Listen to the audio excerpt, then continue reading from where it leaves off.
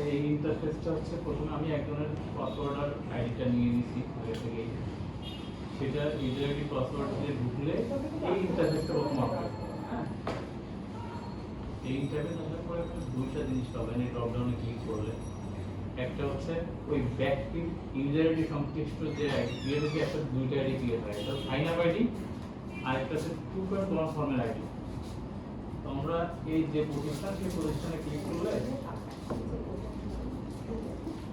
এখানে বেশ কিছু জিনিস আছে দেখেন, signing obligation, forms notification, account balance, my documents, my profile. এখান থেকে আচ্ছা এই বিষয়ে আমি কিছু ধারণা দিই আগে। এই মাই প্রোফাইলে গেলে যে ব্যক্তির অ্যাকাউন্ট তার সম্বন্ধে ডিটেলস পাওয়া যাবে,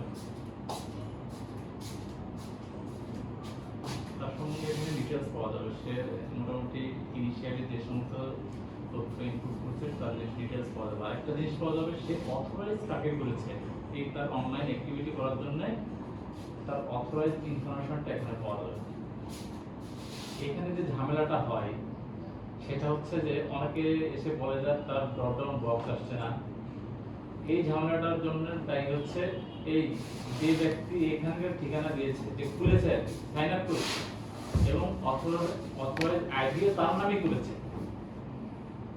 বুঝতে পেরেছেন আমি কি বলছি? সাইন আপ যার নামে করেছে এবং অথরাইজ পারসন হিসাবে যার নামটা দিয়েছে সে যদি সেম ব্যক্তি হয় এবং সেম ব্যক্তি হওয়ার ফলে কিছু তথ্য যদি এদিক ওদিক হয়ে যায়, ওই সেম ব্যক্তি হওয়ার ফলে দেখা যাচ্ছে মোবাইল নাম্বারটা ভুলে গেছে, ইমেইলটা অন্য একটা ইমেইল দিয়েছে, কিংবা পাসপোর্টটা অন্য নাম্বার দিয়েছে, এই ধরনের কোনো কিছু হলে তখন তার ক্ষেত্রে ড্রপডাউন বক্সটা আসবে না।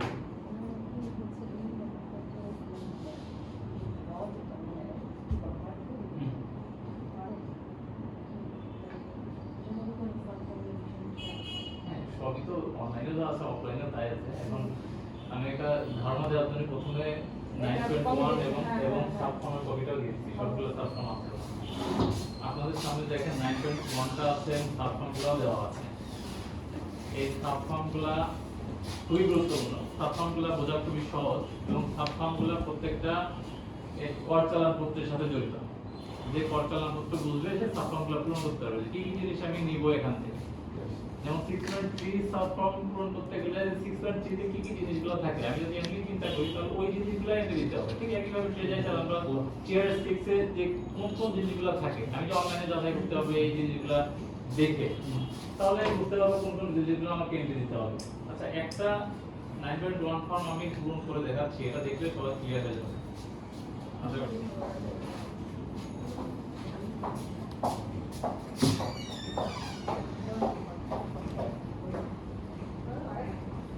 এখানে ঢোকার আগে আরেকটা জিনিস দেখা নিতাম যে কিভাবে ঢুকতে হয়। এটা কি বুঝছেন কিভাবে ঢুকতে হয়? না স্যার প্রশ্ন করবেন, যারা বুঝবেন না অবশ্যই প্রশ্ন করবেন। যে সাবজেক্ট চেঞ্জ হবে আমরা প্রশ্ন করি যেটা নাম দেব। এক কথায় ঘুরে বসে যেন আপনি আপনার টোটাল কাজটা করতে পারেন। আজকে এখান থেকে শিখে যাওয়ার পরে যেন এটা পাবেন, প্রশ্নটা আপনি পাবেন। এটা একটু আরেকবার দেখে হ্যাঁ হ্যাঁ আবার দেখা যাচ্ছে, এটা ওপেন হয়ে দেখা যাচ্ছে। এখান থেকে গেলে পরে আবার সেই প্রথম থেকে শুরু করতে হবে। এটা ক্লিয়ার করে দেন।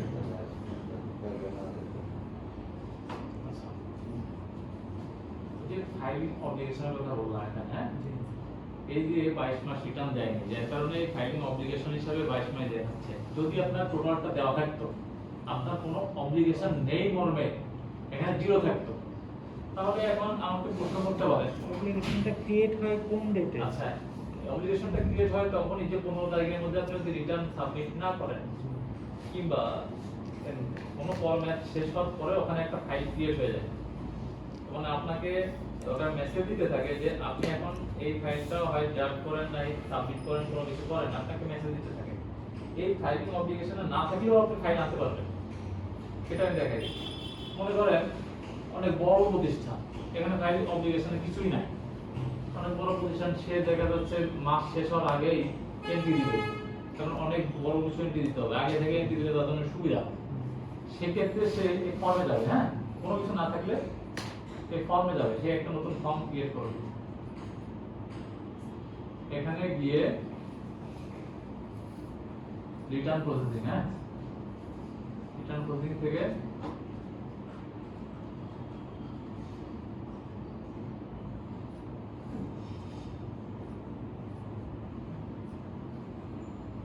অনেকগুলো আছে তো এটা না থাকলে এখানে একটা ফর্ম আসতে হয়, যেহেতু অব্লিগেশন আছে বলে আমি পাচ্ছি না। হ্যাঁ, যদি না থাকতেও রিটার্ন প্রসেসিং এ গেলে এখান থেকে একটা 9.1 ফর্ম আসলো। 9.1 ওখানে অনেকগুলো আছে বলে আসতেছে না এখানে, তখন এই 9.1টা ক্লিক করলে ওখানে একটা ফাইল চলে আসবে। আসলে আপনি ওই ফাইলে কিছু কিছু পূরণ করে সেভ ড্রাফট নামে ড্রাফটে রেখে দিতে পারবেন। ড্রাফট করে দেবেন। হ্যাঁ, ওটা আপনি কিছু করলেন আবার সেভ করে রেখে দিলেন, এরকম করতে করতে করতে করতে যদি অনেক বড় প্রতিষ্ঠান হয় তার ক্ষেত্রে এটা করতে করতে এক সময় যখন কোনো তারিখের কাছে চলে আসবে কিংবা আপনি মনে করবেন যে আপনি স্যাটিসফাইড সব কিছু হয়ে গেছে, তখন আপনি সাবমিট করতে পারেন। হ্যাঁ, যতদিন না হবে তখন সেভ ড্রাফটে রেখে দিবেন। ঠিক আছে, এখানে অব্লিগেশন অনেক আছে তো যার কারণে এখানে ক্রিয়েট হয়ে যাচ্ছে, মানে অটোমেটিক আসছে, এটাই বোঝা যাচ্ছে। তো এটা গেল অব্লিগেশন। সাধারণত অব্লিগেশনতে থাকবেই, এটা ধরে নেন আপনি।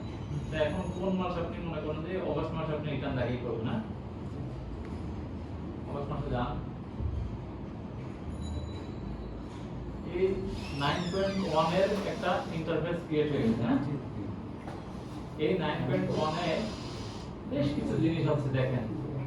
যদি কারো যদি অর্থনৈতিক কার্যক্রম না থাকে, প্রথমে আমি বলে দিই, যদি কারো অর্থনৈতিক কার্যক্রম না থাকে এবং সে শূন্য রিটার্ন দেয়, সেক্ষেত্রে তার জন্য খুব বেশি কিছু করতে হবে না। কয়েকটা ম্যান্ডেটরি জিনিস আছে, সেটা এটাকে বলা হচ্ছে অনলি জাস্ট রিডেবল অপশন, মানে এটা আপনি এডিট করতে পারবেন না, রাইট করতে পারবেন না, এটা রিড করা যায়, মানে এটা সিস্টেম থেকেই অটোমেটিক পূরণ করা থাকে, এখানে আপনি হাতও দিতে পারবেন না। হ্যাঁ, এটা অটোমেটিক পূরণ করা থাকে, যেমন আপনার জন্য কোনো কষ্ট করতে হবে না।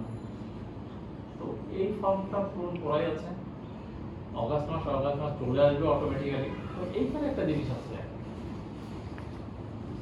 এই এখানে একটা জিনিসের ড্রপ ডাউন বক্স খুলে দেখেন, এটা ওপেন করলে বেশ কয়েকটা জিনিস আছে। এটা হচ্ছে যে কোন ধরনের রিটার্ন এখান থেকে দেওয়া যায়। সরাসরি 9.1 দেওয়া যায়, কোনো কারণে লেট হয়ে গেছে, সেই লেট রিটার্ন সাবমিট করার জন্য এখান থেকে করা যায়।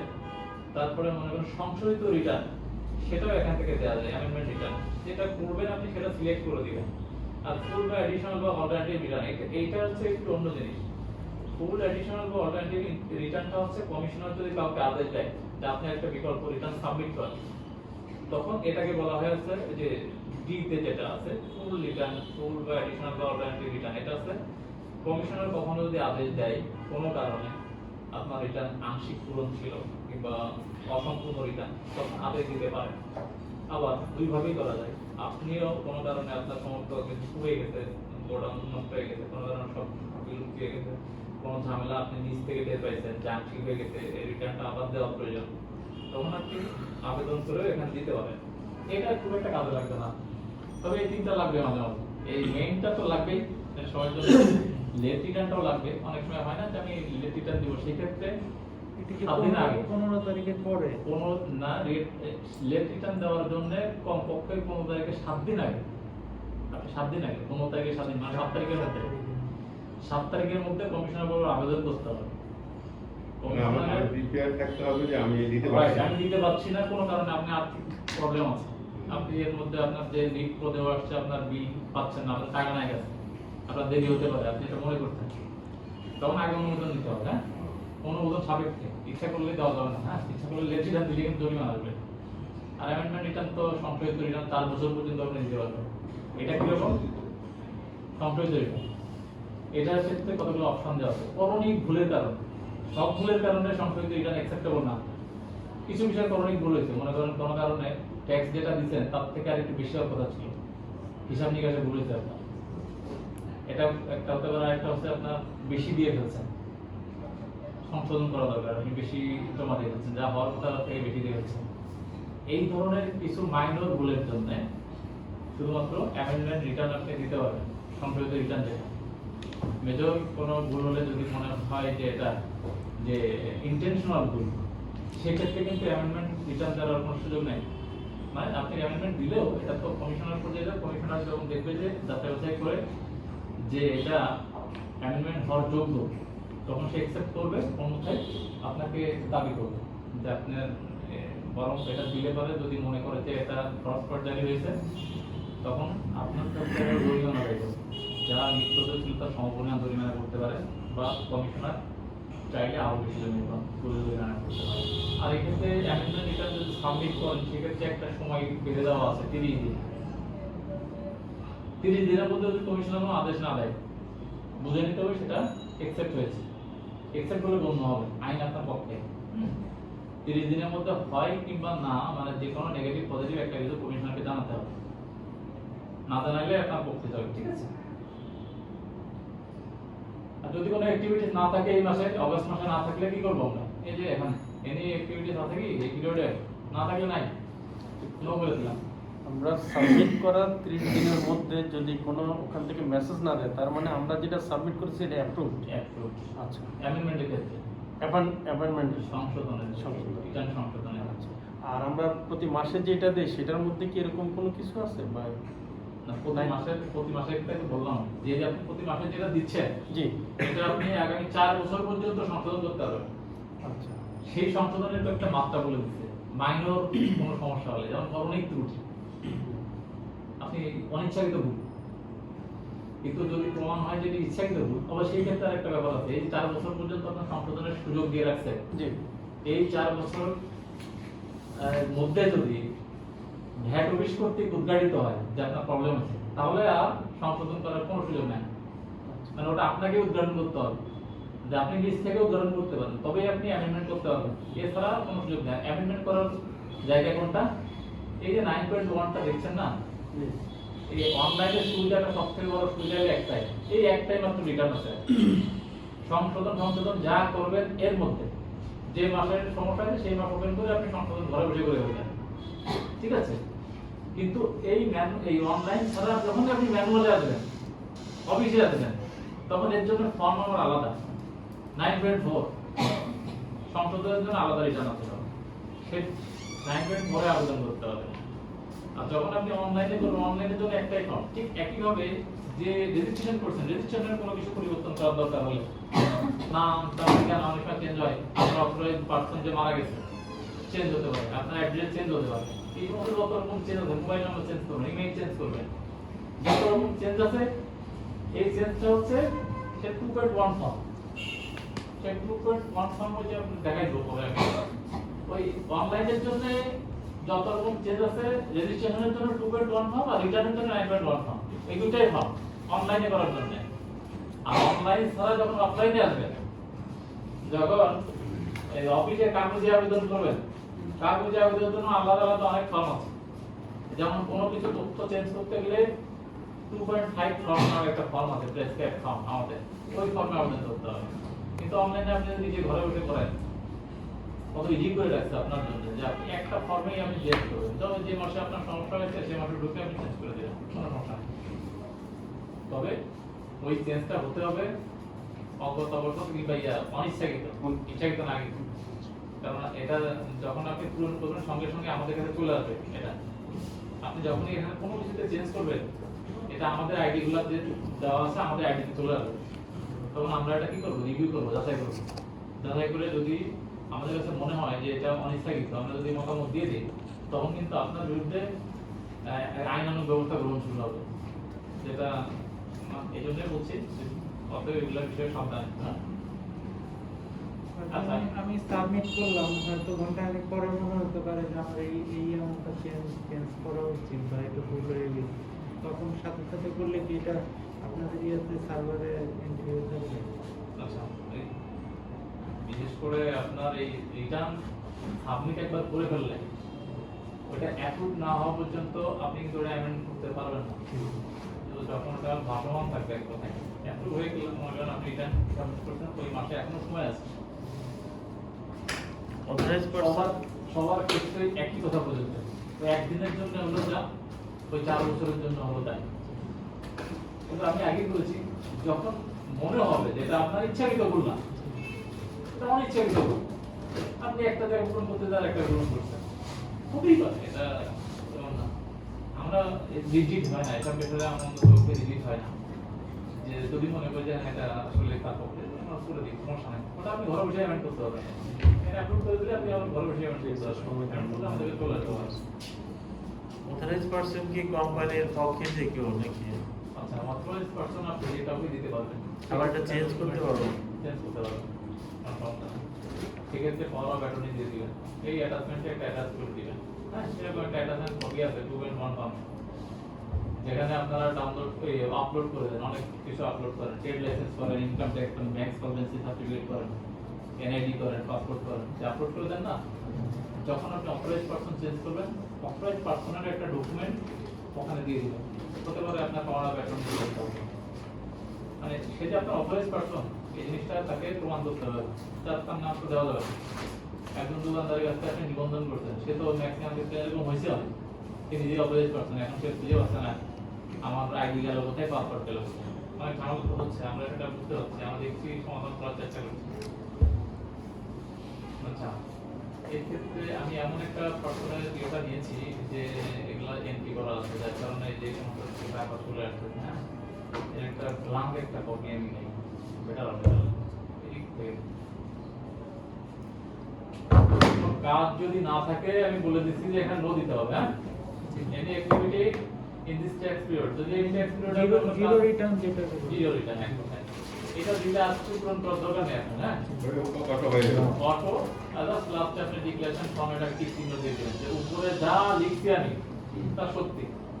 এটা এই যে লেখাটার অর্থটা আপনি অঙ্গীকার নেওয়া দিচ্ছেন, আপনি অঙ্গীকার করছেন যে আমি উপরে যা দিলাম এই ফর্মে যা লিখছি এগুলো সব সত্যি, কোনো রকম কোনো ইয়ে থাকলে ঝামেলা থাকলে আমি এর জন্য লাইবেল, এটা ঘোষণা দিয়ে দিবেন। এই ঘোষণা দিয়ে আপনি সাবমিট করে দিলেন, তাহলেই হয়ে গেল। এটা ওই 12 অংশ মনে হয়। এটা হচ্ছে শূন্য রিটার্নের জন্য না কিছুই দরকার নাই, তবে অবশ্যই সময়ের মধ্যে, কোন সময়ের মধ্যে, এই যে সাবমিশন ডেট আছে দেখেন 15 তারিখের মধ্যে।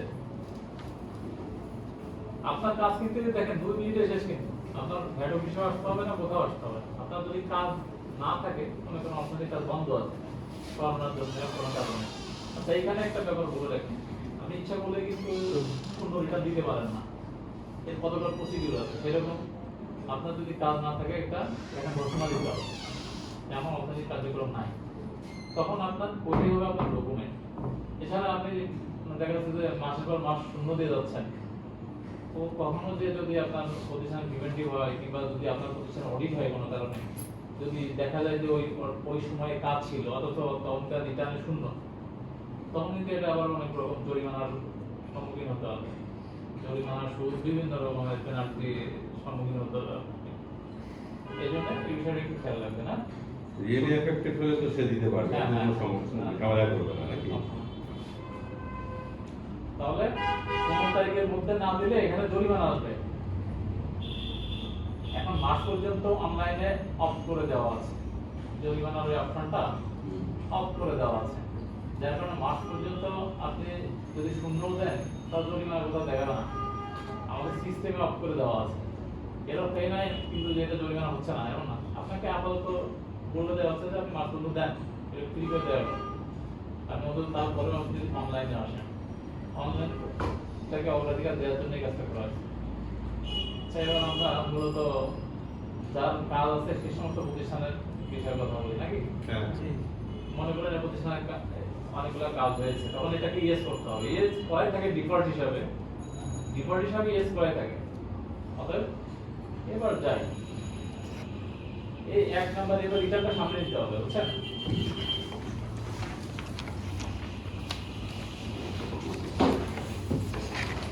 আজকে যেহেতু প্রিন্টিং প্যাকেজিং আমি ডিটেইলস দিলাম না, ডিটেইলসে গেলে 2 ঘন্টা শেষ হবে না। না প্রিন্টিং এ জানো এই ডাইরেক্ট এক্সপোর্ট বলতে বোঝানো হচ্ছে 100% রপ্তানিকারক প্রতিষ্ঠান যারা রপ্তানি করে 100% বড়দের প্রতিষ্ঠান, এক কথায় 1 নাম্বারটা তাদের জন্য, হ্যাঁ, অতএব এটা তো আপনাদের জন্য না, অতএব এটা দেখে লাভ নাই।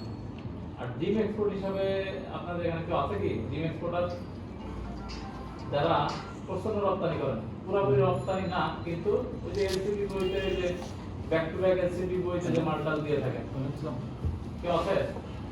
আপনাদের কেউ আছে? ওয়ার্কশপে আছে।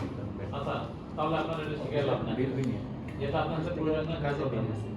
এক্সাম্পল গুড এন্ড সার্ভিস যেগুলোর উপরে ভ্যাট নাই, যে পণ্য বা সার্ভিসের উপর ভ্যাট নাই, সেইগুলোর ক্ষেত্রে এখানে বলা যাবে যে পণ্য, সেটা কি আমাদের ফার্স্ট শিডিউল আছে, প্রথম তফসিল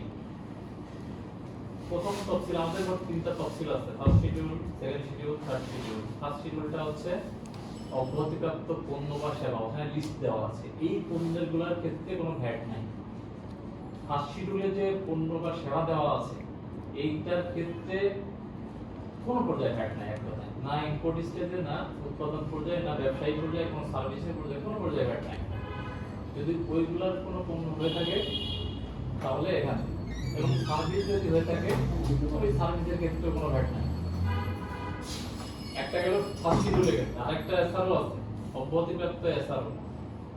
এসআরওটা হচ্ছে 141 লাস্ট যে মানে যে পণ্যটাতে ভ্যাট নাই আমাকে এখানে তো উল্লেখ করতে হবে যে আমার এই পণ্যটা ক্রয় করছি এটা না, এটা আমি সেলসের কথা বলছি, এটা কিন্তু সেলস। আপনি বলছি যে এটা আমি আপনি রিটার্নে থাকেন, আমি সেলসের ঘরে কথা বলছি যে যার সেলসে এই লেভেলের সেলসে তার ভ্যাট নাই সেগুলো বলবে। তো ওই 141 এসআরওতে দেখবেন তিনটা অপশন দেওয়া আছে। ভ্যাট হচ্ছে তিন ধরনের, একটা হচ্ছে ইম্পোর্ট স্টেজের ভ্যাট, আরেকটা হচ্ছে উৎপাদন পর্যায়ে বা সরবরাহ পর্যায়ে, আরেকটা হচ্ছে ব্যবসায়ী পর্যায়ে। ওই তিনটা স্টেজের ওখানে দেওয়া আছে যে এই কয়টা আইটেমের উপর ইম্পোর্ট স্টেজের ভ্যাট নাই। আবার কিছু আইটেম দেওয়া আছে যে এটা উৎপাদন পর্যায়ে বা সরবরাহ স্টেজের ভ্যাট নাই। সরবরাহ উৎপাদন একই জিনিস। আরেকটা ক্লন করে দেওয়া আছে, আর দুইটা দেওয়া আছে, একটা হচ্ছে ব্যবসায়ী স্টেজ আর একটা হচ্ছে সরবরাহ বা সেবা পর্যায়ে ভ্যাট নাই যেগুলো। তো এই যে এসআরও এবং ফার্স্ট শিডিউলে যে পণ্য বা সেবাগুলো আছে যেটার উপর ভ্যাট নাই সেটা এখানে বলবে এই 3 কলামে। হ্যাঁ, এই এরকম পণ্য কি কারো আছে আপনাদের? তাহলে আমি দেখাবো, এটা না থাকলে দেখালাম। শুধু আজকে জেনে যান যে কোনটা কোন কলামে বসবে। হ্যাঁ, তাহলে বিষয়টা ক্লিয়ার হবে। তারপরে কি আছে 4 নম্বরে স্ট্যান্ডার্ড রেটেড গুডস আর সার্ভিস। মূলত ভ্যাট কিন্তু একটাই পার্সেন্টেজ ভ্যাট, সেটা তো 15%, ধারা 15 অনুযায়ী 15% ভ্যাট। অন্যগুলোর ক্ষেত্রে হচ্ছে সরকার কিছু সুবিধা দিয়েছে, কিন্তু ভ্যাট কিন্তু এরকম যদি বলি, যেমন একটা উদাহরণ দিলে পরিষ্কার হবে। অনেকে বলে না যে 5% ভ্যাট ব্যবসায়ী পর্যায়ে, ভ্যাট কিন্তু 5% না। ওটাকে আপাত দৃষ্টিতে 5% মনে হচ্ছে, সেরকম এটা কি রকম বলতেছে যে ব্যবসায়ী পর্যায়ে ভ্যাট দিবে, তার এত কিছু কাগজপত্র মেইনটেইন করতে পারে না, ওর ক্ষেত্রে 1/3 ভ্যাট। সেটা কি রকম? যেটার দাম 100 টাকা, মনে করেন এই ক্যানেটটার দাম 100 টাকা, তো ওর ক্ষেত্রে 33.something দিয়ে 1/3 করলে যা হয় ওর জন্য দাম সেটা। তাহলে ওটার উপর 15% হলে কত হবে? 33.34% হয়, মানে 1/3 করলে 100 টাকা, ওটার উপরে 15% করলে কত হয়? 5%। তার মানে কি 100 টাকা 5%, মানে এত কিছু না বোঝানোর দরকার নেই, সরাসরি ওনার জন্য বলে যে 5%। মানে ওকে এত কিছু বললে বুঝবে না ব্যবসায়ী, এই জন্য ওকে বোঝানোর জন্য সংক্ষেপে বলে দিচ্ছে 5% ভ্যাট ওদের জন্য। কিছু কিছু ক্ষেত্রে কমাই দেওয়া আছে। তা এই যে standard rated goods and service হচ্ছে যাদের ক্ষেত্রে যারা 15% ভ্যাট দেয় আর কি, গুডস এবং সার্ভিস, পণ্য এবং সেবা দুইটাতেই যারা 15% ভ্যাট দেয় সেই সমস্ত প্রতিষ্ঠানের ভ্যাটটা এখানে বসবে। এখানে মনে হয় আপনাদের অপশন আছে, তাই তো? তাহলে এখানে পূরণ করতে হলে কই যেতে হবে? এখানে এন্ট্রি কিন্তু পূরণ করা যাবে না। এখানে পূরণ করতে গেলে আপনাকে অবশ্যই সাব ফর্মে যেতে হবে। এই যে এখানে এন্ট্রি লেখা যায় না, কিন্তু কোথাও লিখতে পারবেন না। এখানে যেতে গেলে এই সাব ফর্মে যেতে হবে। কেন সাব ফর্ম বলুন তো আমাকে? এটা দিয়ে বোঝানো হচ্ছে আপনি 6.3 কাটবেন, এমনি মাল দিবেন না মানুষকে। ওই 6.3 জিনিসপত্র এখানে এন্ট্রি করতে হবে, বুঝছেন? ওকে, এখানে ডেসক্রিপশন দিয়ে দেন কোন একটা কিছু কি বিক্রি করবেন ধরেন, কার্টুন ওকে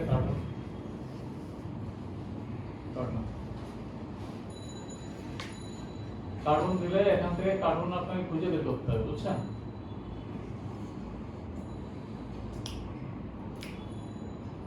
কার্টুন বক্স চলে আসছে। হ্যাঁ, 48 অনলাইনে 11 এই রেটেড কোড আপনি খুঁজে যদি না পান শুধু নাম লিখলে চলে আসবে। হ্যাঁ, তো সহজ। এখান থেকে আপনি যদি খুঁজে না পান এখানে নাম লিখলে চলে আসবে। আর যদি সার্ভিস হয়ে থাকে, সার্ভিসের ক্ষেত্রে মনে করেন 15% ভ্যাট আছে যে সমস্ত সার্ভিসে, তখন এই গুডস থেকে চেঞ্জ করে সার্ভিস করে দিতে হবে। হ্যাঁ, সার্ভিস করলে সেই সার্ভিসটা আপনি এখান থেকে নিচ থেকে নিতে পারবেন যদি হয়ে থাকে এরকম কোনো সার্ভিস। আর ঘুষ থাকলে ঘুষটা চলে আসবে। ওকে, কারণ চলে আসলো এখন এখানে এখানে ভ্যালু দেন না না না আমরা 100 টাকা, সার্ভিস ধরেন 100 টাকা বিক্রি করতে হবে। রেজিমেন্ট ঠিক আছে? টোটাল ভ্যালুটা হ্যাঁ, দিতে হবে অটোমেটিক দেখেন কাউন্ট করে নিচে 15%, হ্যাঁ 15% কাউন্ট করে সে ভ্যাট 15 টাকা এই কাউন্ট করে নিচ্ছে, কারণ এই স্ট্যান্ডার্ড রেট তো অটোমেটিক কাউন্ট করে নেয়। এখানে কিন্তু 15 টাকা কাউন্ট করে নিচ্ছে। তাহলে আপনার যদি স্ট্যান্ডার্ড রেটে হয়, এতটুকু তো বুঝছেন যে এটা কিভাবে এন্ট্রি করতে হবে। এখানে জাস্ট পণ্যের নামটা লিখবেন, প্রথমে পণ্যের নাম লিখবেন, এরপরে এখান থেকে এসএস কোডটা ঢুকাই দিবেন। এক কথায় এখান থেকে সার্চ করে নিয়ে নিজে ঢুকাইতে পারবেন না, এটা এখানে দেওয়া আছে, এর বাইরে কিছু নাই। জিনিস দেখে আপনি বাংলাদেশে এর বাইরে কিছু নাই, এখানে যত রকম পণ্য আছে সবই পাবেন, কোনো কিছু না পাইলেও আদার্স পাবেন। আদার্স মানে তো এটা। আদার্সটা কি রকম? মনে করেন যে কম্পিউটার আছে, প্রিন্টার আছে, এমন কিছু জিনিস আসলো কম্পিউটারে কাজই করে ওটা দিয়ে, ওটার নামটা আপনি পাচ্ছেন না, তখন প্রত্যেকটা এসএস কোডের সাথে দেখবে যে আদার্স নামে একটা অপশন থাকে, মানে এই ধরনের আদার্স আদার্স দিয়ে দিবে না পাই। হ্যালো ভাই, আসেন আসেন আসেন আসেন, চলো, ঠিক আছে। ওকে, একাধিক পণ্যের ক্ষেত্রে কিভাবে? জি, একাধিক পণ্যের ক্ষেত্রে একাধিক পণ্যের ক্ষেত্রে একই রকম, এখান থেকে আপনি ইয়ে করবেন, এডিশন দিলেন, একটা বানালে এরকম 17 বানানো যায়, হ্যাঁ এই একটা পণ্য দিলাম, এরকম 17 এরকম এরকম কলাম তৈরি করতে পারবেন, রক তৈরি করতে পারবেন। ঠিক আছে? আল্লাহ তাআলা তো রাখবে যদি টোটাল মাসের টোটাল সেলসটা এখানে দেওয়া যাবে। ওটা মনে করেন যে আমাদের হাতে শর্টকাট কোনো সময় থাকে না, এই জন্য অনেকে ক্ষেত্রে করে দিচ্ছি, কিন্তু আপনি যখন করবেন আপনি তো একটু সময় নেই করবেন, আপনার কাজ কি? আপনি ঘরে বসে বসে এটা করবেন, তাই তো? আপনার অফিসে আসতে হচ্ছে না কিছু না, আমি ওইটাই বললাম, যদি আপনার অনেক হিউজ আইটেম হয় আপনি করে করে ড্রাফট করে রাখবেন, সেভ ড্রাফট করে রাখবেন, এখানে এটা সেভ হয়ে থাকবে। আবার আপনি যখন হলো এটা আগে বলে গেছে আবার কাপড় খুলে, হয়ে right. থাকে, আমি হয়তো 5 দিনেরটা এমবি দিয়ে রাখলাম, আমি 15 তারিখে টোটাল একবারে এই সেভ ড্রাফট করে রাখা মানে সেভ করে রাখা, আমরা কম্পিউটারে সেভ করে রাখার মতো একই অবস্থা। এটা তো ইয়ে হবে না, আমাদের কাছে আসবে না, সাবমিট হলো না, সাবমিট না হওয়া পর্যন্ত আপনি ওখানে যাই লিখেন আমাদের কাছে সাবমিট হবে না, আপনি এডিট করতে পারবেন, সতর্কতা এডিট করতে হবে, কোনো সমস্যা নেই। আর এডিট করতে হলে আপনি এটা ভুল লিখে ফেলেছেন, বুঝছেন? কোনো কারণে এটার মধ্যে ভুল লিখে ফেলেছেন, তাহলে এটা সিলেক্ট করবেন, ধরেন আমি এডিট করতে এটার মধ্যে ভুল লিখছেন, এখানে কার্টুন বানানো দিতে হবে, তাহলে এটা সিলেক্ট করবেন, সিলেক্ট করে এডিট, হ্যাঁ এডিট করলে কি হয়েছে, এডিট করলে তখন আপনি আবার এটা চেঞ্জ করতে হবে। ঠিক আছে?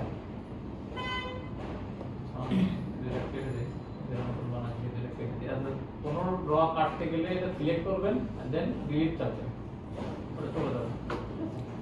আমার মেইন ফর্মে চলে গেল আমরা। এরপরে হচ্ছে গুডস বেসড অন এমআরপি। এটা হচ্ছে যে মনে করেন সিগারেট, গোল্ড, জর্দা এই ধরনের প্রোডাক্ট আছে যেগুলো সরকার একদম এমআরপি নির্ধারণ করে দেয় যে এটা এই টাকার বেশি বিক্রি করা যাবে না, একদম এমআরপি নির্ধারণ করে দেয় যে এটা এই টাকা। ওই ধরনের প্রোডাক্টের ক্ষেত্রে এক কথায় কোনো পার্সেন্টেজ নাই, যে সমস্ত প্রোডাক্ট যেমন মনে করেন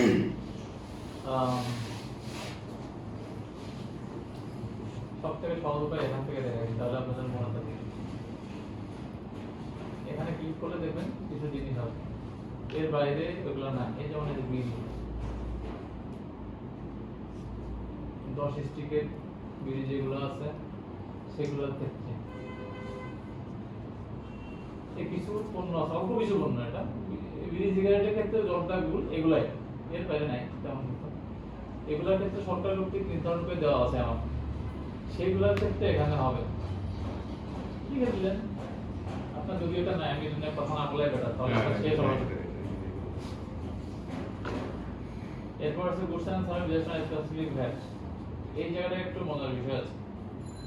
এই স্পেসিফিক ভ্যাটটা হচ্ছে যেমন থার্ড শিডিউলের 4টা টেবিল আছে, 1 2 3 4, 4 নাম্বার টেবিলে দেখবেন যে যেগুলা কোনো পার্সেন্টেজ নাই, মনে করেন ইচ 1000 ইটের 450 টাকা ভ্যাট দিতে হবে, কোনো পার্সেন্টেজ না, সরকার কর্তৃক নির্ধারণ করে দেয়, স্পেসিফিক ভ্যাট বলতেছে, স্পেসিফিক করে দেওয়া। ওটা তো এত কিছু আমি জানি না, 1000 ইট বিক্রি করলে 450 টাকা ভ্যাট দিতে হবে এরকম। এরকম না পার্সেন্টেজ না, এরকম কিছু পণ্যের ক্ষেত্রে স্পেসিফিক ভ্যাট করে দিছে, সেটা এখানে আমি সাবফর্মে গেলে বুঝতে পারবো কোনগুলো।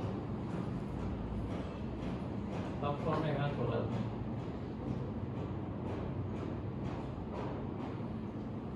একটা ওপেন করে দিই।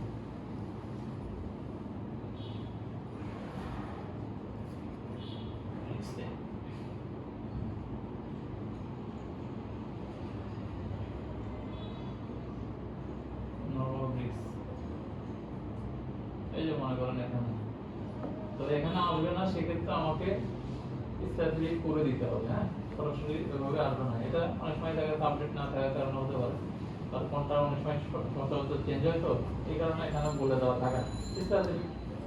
এখানে কোয়ান্টিটি দিলেন, কত অর্ডার বিক্রি করছেন, তারপরে এখানে অ্যাকচুয়াল পারচেজ ভ্যালুটা দিবেন, এন্ড এটা ব্যাক ধরেন এখানে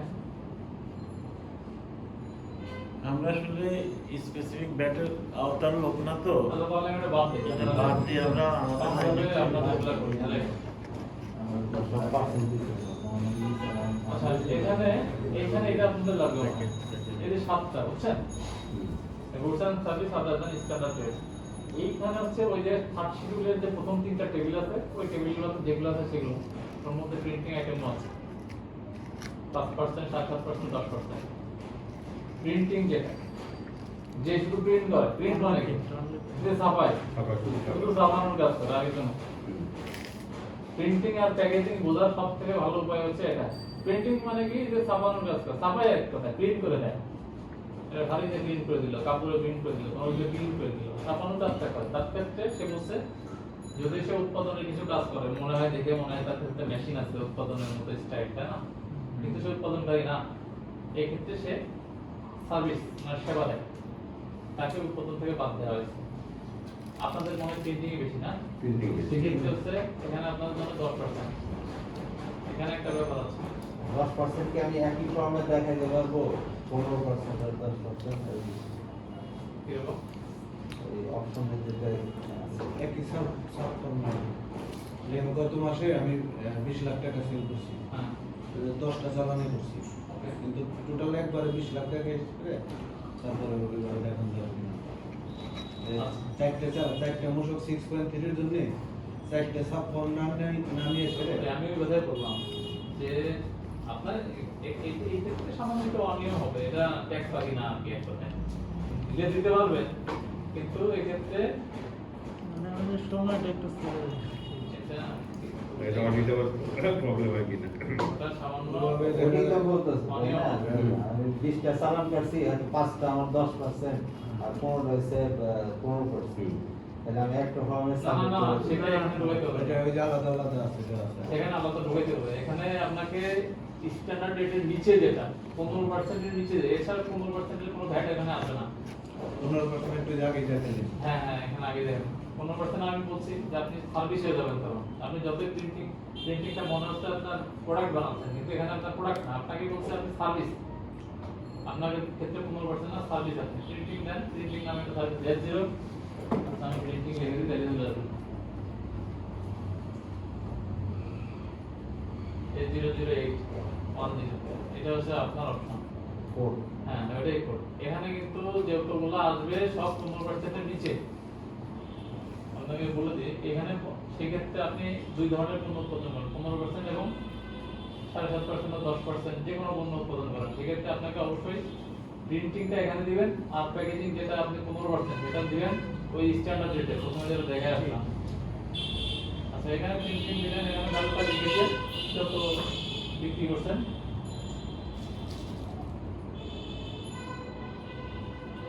প্রিন্টিং এর 10% অলরেডি কাউন্ট করে দিচ্ছে, প্রিন্টিংটা হয়ে গেছে। এবার আপনি যেটা বললেন যে আপনার যতটা 15% হবে তখন সেটা স্ট্যান্ডার্ড রেটে দিতে হবে, এই ফর্মে। হ্যাঁ, এই ফর্মে দিতে হবে। আর 10% যেটা সেটা দিতে হবে কোথায়? সাথে।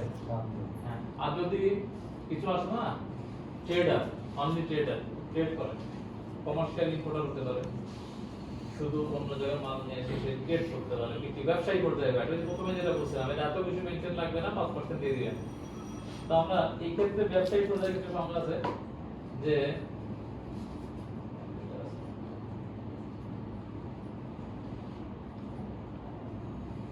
কয়েকজনকে আমরা ব্যবসায়ী করেছি। এক হচ্ছে commercial importer and other traders, that is 5% only that. Commercial importer এবং অন্যান্য যে ব্যবসায়ীগুলো আছে ওগুলোর ক্ষেত্রে 5%।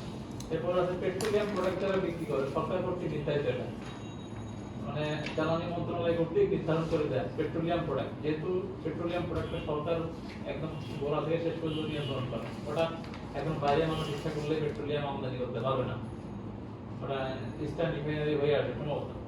এখন ইদানিং কিছু আছে হয়তো বা বেসরকারির মাধ্যমে সেটাও সরকার নিয়ন্ত্রণ করে, মানে জ্বালানি মন্ত্রণালয় এটা করে। ওদের ভ্যাটটা উৎপাদন পর্যায়ে নিয়ে নেয়। হ্যাঁ, সুপার শপের ক্ষেত্রে আছে। এই কয়েকটাকে আমরা কি বলতেছি যে এরা ট্রেডার, এক কথায় এরা হচ্ছে ব্যবসায়ী। তো এই ক্ষেত্রে আপনাদের ক্ষেত্রে যেটা প্রয়োজন হবে সেটা হচ্ছে এটা, যদি কেউ ব্যবসা করে থাকে এই প্রথমটা 5%। হ্যাঁ, এরপরে আপনার যা খুশি তাই লিখে দিবেন, এখানে যাই লেখেন না কেন 5% বেশি ট্যাক্স আসবে না, মনে করেন। আচ্ছা, পেপার কি টাইপের প্রোডাক্ট বিক্রি করেন? ট্রেডার হিসেবে আপনি যাই কোনো প্রোডাক্টের কোনো সীমা নাই, সীমা লেখা নাই, আপনি যাই করেন না কেন সেটা যদি অব্যাহতিপ্রাপ্ত না হয়, আমি পানি কিনে আপনারা সাপ্লাই দিলাম, Right, right. 5%। শুধু এটার ক্ষেত্রে একটা দিকে দেখতে হবে সেটা আপনি অব্যাহতিপ্রাপ্ত কিনা। অব্যাহতিপ্রাপ্ত হলে তো আপনার এই ট্রেডিং পর্যায়ে যদি অব্যাহতিপ্রাপ্তটা আপনার দেখতে হবে। ট্রেড পর্যায়ে যে এসআরটা বলছিলাম 141, ওখানে ব্যবসায়ী পর্যায়ে অব্যাহতির একটা লিস্ট দেওয়া আছে। যেমন একটা বলি আমি, সেটা হচ্ছে কম্পিউটার সামগ্রী, তারপরে নেটওয়ার্ক সুইচ এটা অব্যাহতি দেওয়া আছে ট্রেডিং পর্যায়ে। তারপরে এই যে কন্ট্রাসেপটিভ আইটেম যেগুলো, এগুলো সব পর্যায়ে অব্যাহতি দেওয়া। তো এই ধরনের প্রোডাক্ট থাকলে এখানে দিলে ওগুলো ভ্যাট হবে না। এগুলো ছাড়া বাইরে যেগুলো আছে এগুলো এখানে দেওয়া যাবে না। যখন এটা অব্যাহতি হবে তখন আপনি ট্রেডিং এর এক জায়গায় লিখবেনই না, তখন সেই ক্ষেত্রে কোথায় লিখবেন? ওই যে অব্যাহতিগত পণ্য বা সেবা থাকবে এই যে এখানে, ঠিক আছে? তখন এখানে দিয়ে দিবেন। আপনি যত এখানে লেখা থাকেন এখন জিরো দেখাবে, দেখেন আপনি এটার মধ্যে আপনি যা এন্ট্রি করেন, মনে করেন প্রিন্টিং আইটেম এন্ট্রি করলাম,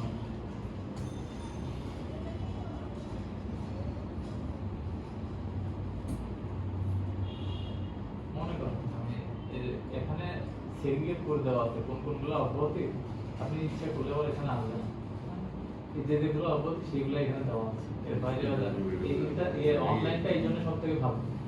তার মানে আমি ভুল করলেও এটা ভুল নিবে না, এই একটা দিক দিয়ে হবে। এখানে আপনি যাই মনে করেন এখানে দেন যাই দেন না কেন, এখানে মনে করেন যে ভ্যাট আসছে না 6 লাখ, কিন্তু এর ভিতরে কোনো ভ্যাট আসছে না, ঠিক আছে? এখানে কিন্তু আসবে না, কারণ এইভাবে সেট করা যে এখানে যাই লেখেন না কেন এটা অব্যাহতি।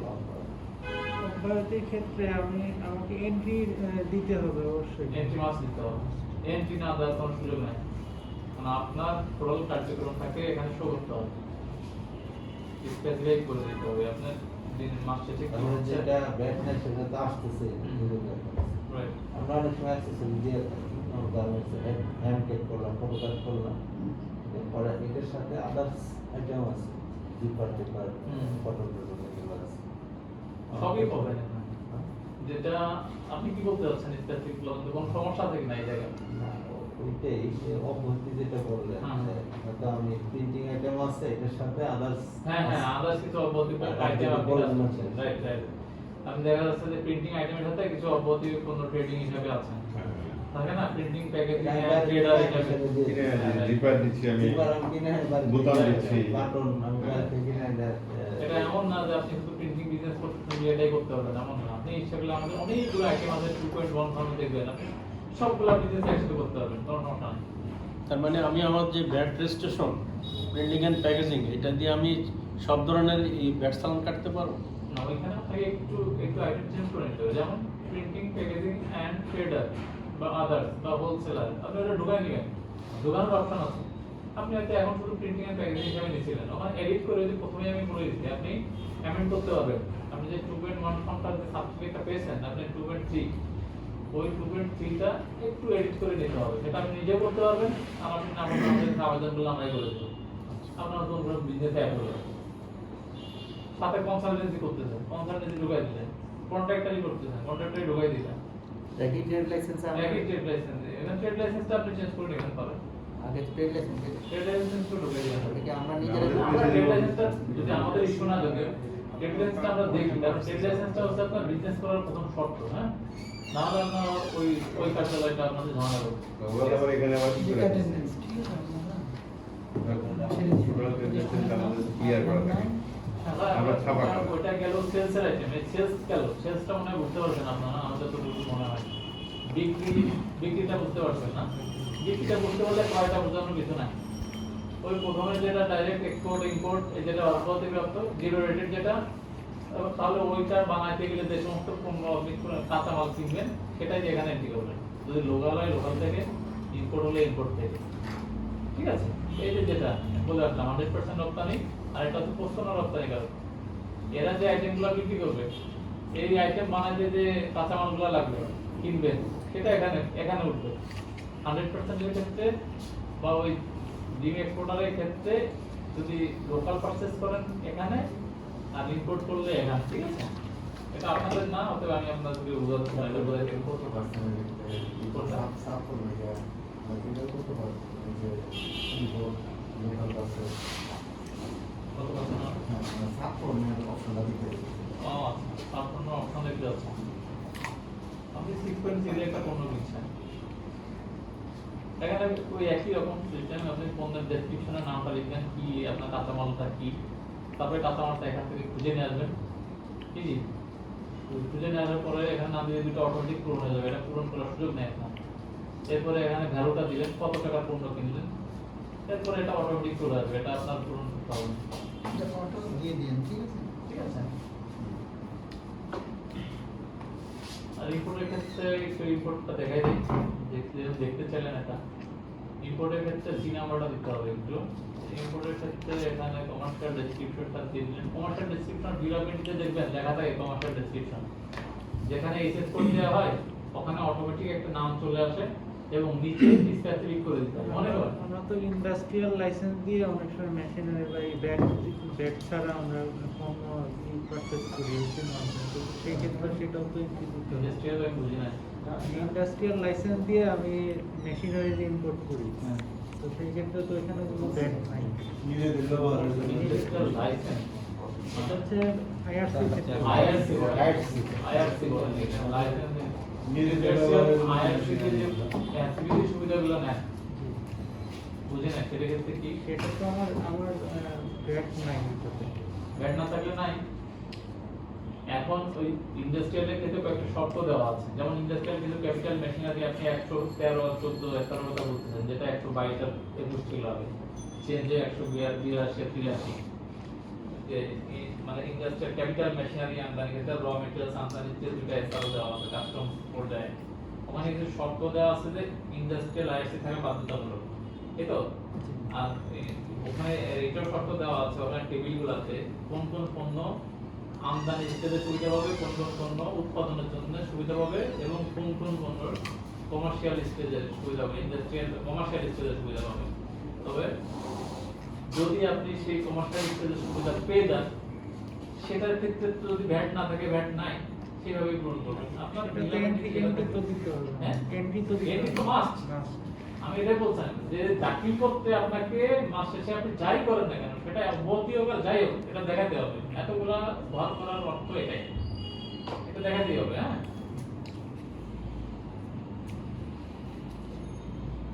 আচ্ছা, এখন zero rate গেল, exact rate-টা গেল, exact rate আপনাদের দরকার নেই, এই তো আপনারা এটার নাম স্ট্যান্ডার্ড রেটটা আপনাদের লাগবে না। এই স্ট্যান্ডার্ড রেটের ক্ষেত্রে আপনি লোকালি পারচেজ করতে পারেন, যে আপনার কাঁচামাল যেটা লাগবে। যদি আমি প্যাকেজিং ম্যাটেরিয়াল চিন্তা করি, প্যাকেজিং ম্যাটেরিয়ালস কাঁচামালগুলা যেমন পেপার এন্ড পেপার বোর্ড, এটা তো মাস্ট নয়, এটা আপনি দুইভাবে কিনতে পারেন। এক হচ্ছে কেউ ইম্পোর্ট করে নিয়ে আসছে তার কাছ থেকে নিতে পারেন, আর একটা হচ্ছে আপনি পুরোনো টাকা থেকে নিতে পারেন। পাপন ভাই হ্যালো, হ্যাঁ, ও আচ্ছা, আমি যে কনফারেন্স রুমে যে একটু আচ্ছা, আপনি আসতে পারেন এখন। নিচে একতলা নিচে, কি অবস্থা? হ্যাঁ একতলা নিচে, তিনতলায় তিনতলায়।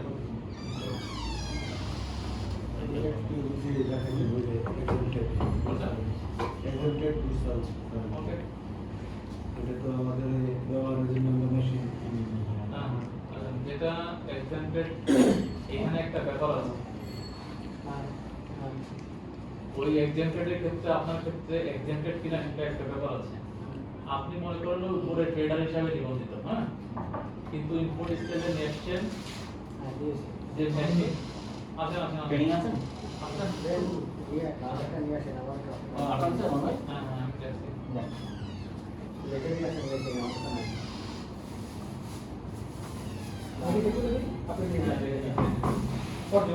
ঠিক আছে, থ্যাংক ইউ থ্যাংক ইউ।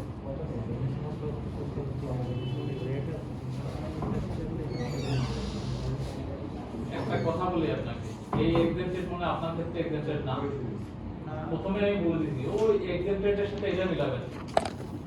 একজন এক্সামটেড এর রুল সাবজেক্ট করবে ট্রেডার হিসাবে বিক্রি করে। মেশিনে কিন্তু ব্যাট আছে। কমার্শিয়াল আপনাকে কখনো একটা কথা বলে দিই, কমার্শিয়ালি ইনপুট করতে গেলে 5% ভ্যাট দিতে হয়, কিন্তু আমরা যখন ইন্ডাস্ট্রিয়াল আইআরসি দিয়ে পারচেজ করি তখন এটা ভ্যাটটাকে মুকুব করা হয়। ওখানে শর্ত দেওয়া আছে কি কি, যে মেশিন আপনাকে ব্যবহার করতে হবে। জি, আমাকে ব্যবহার করতে হবে। Right.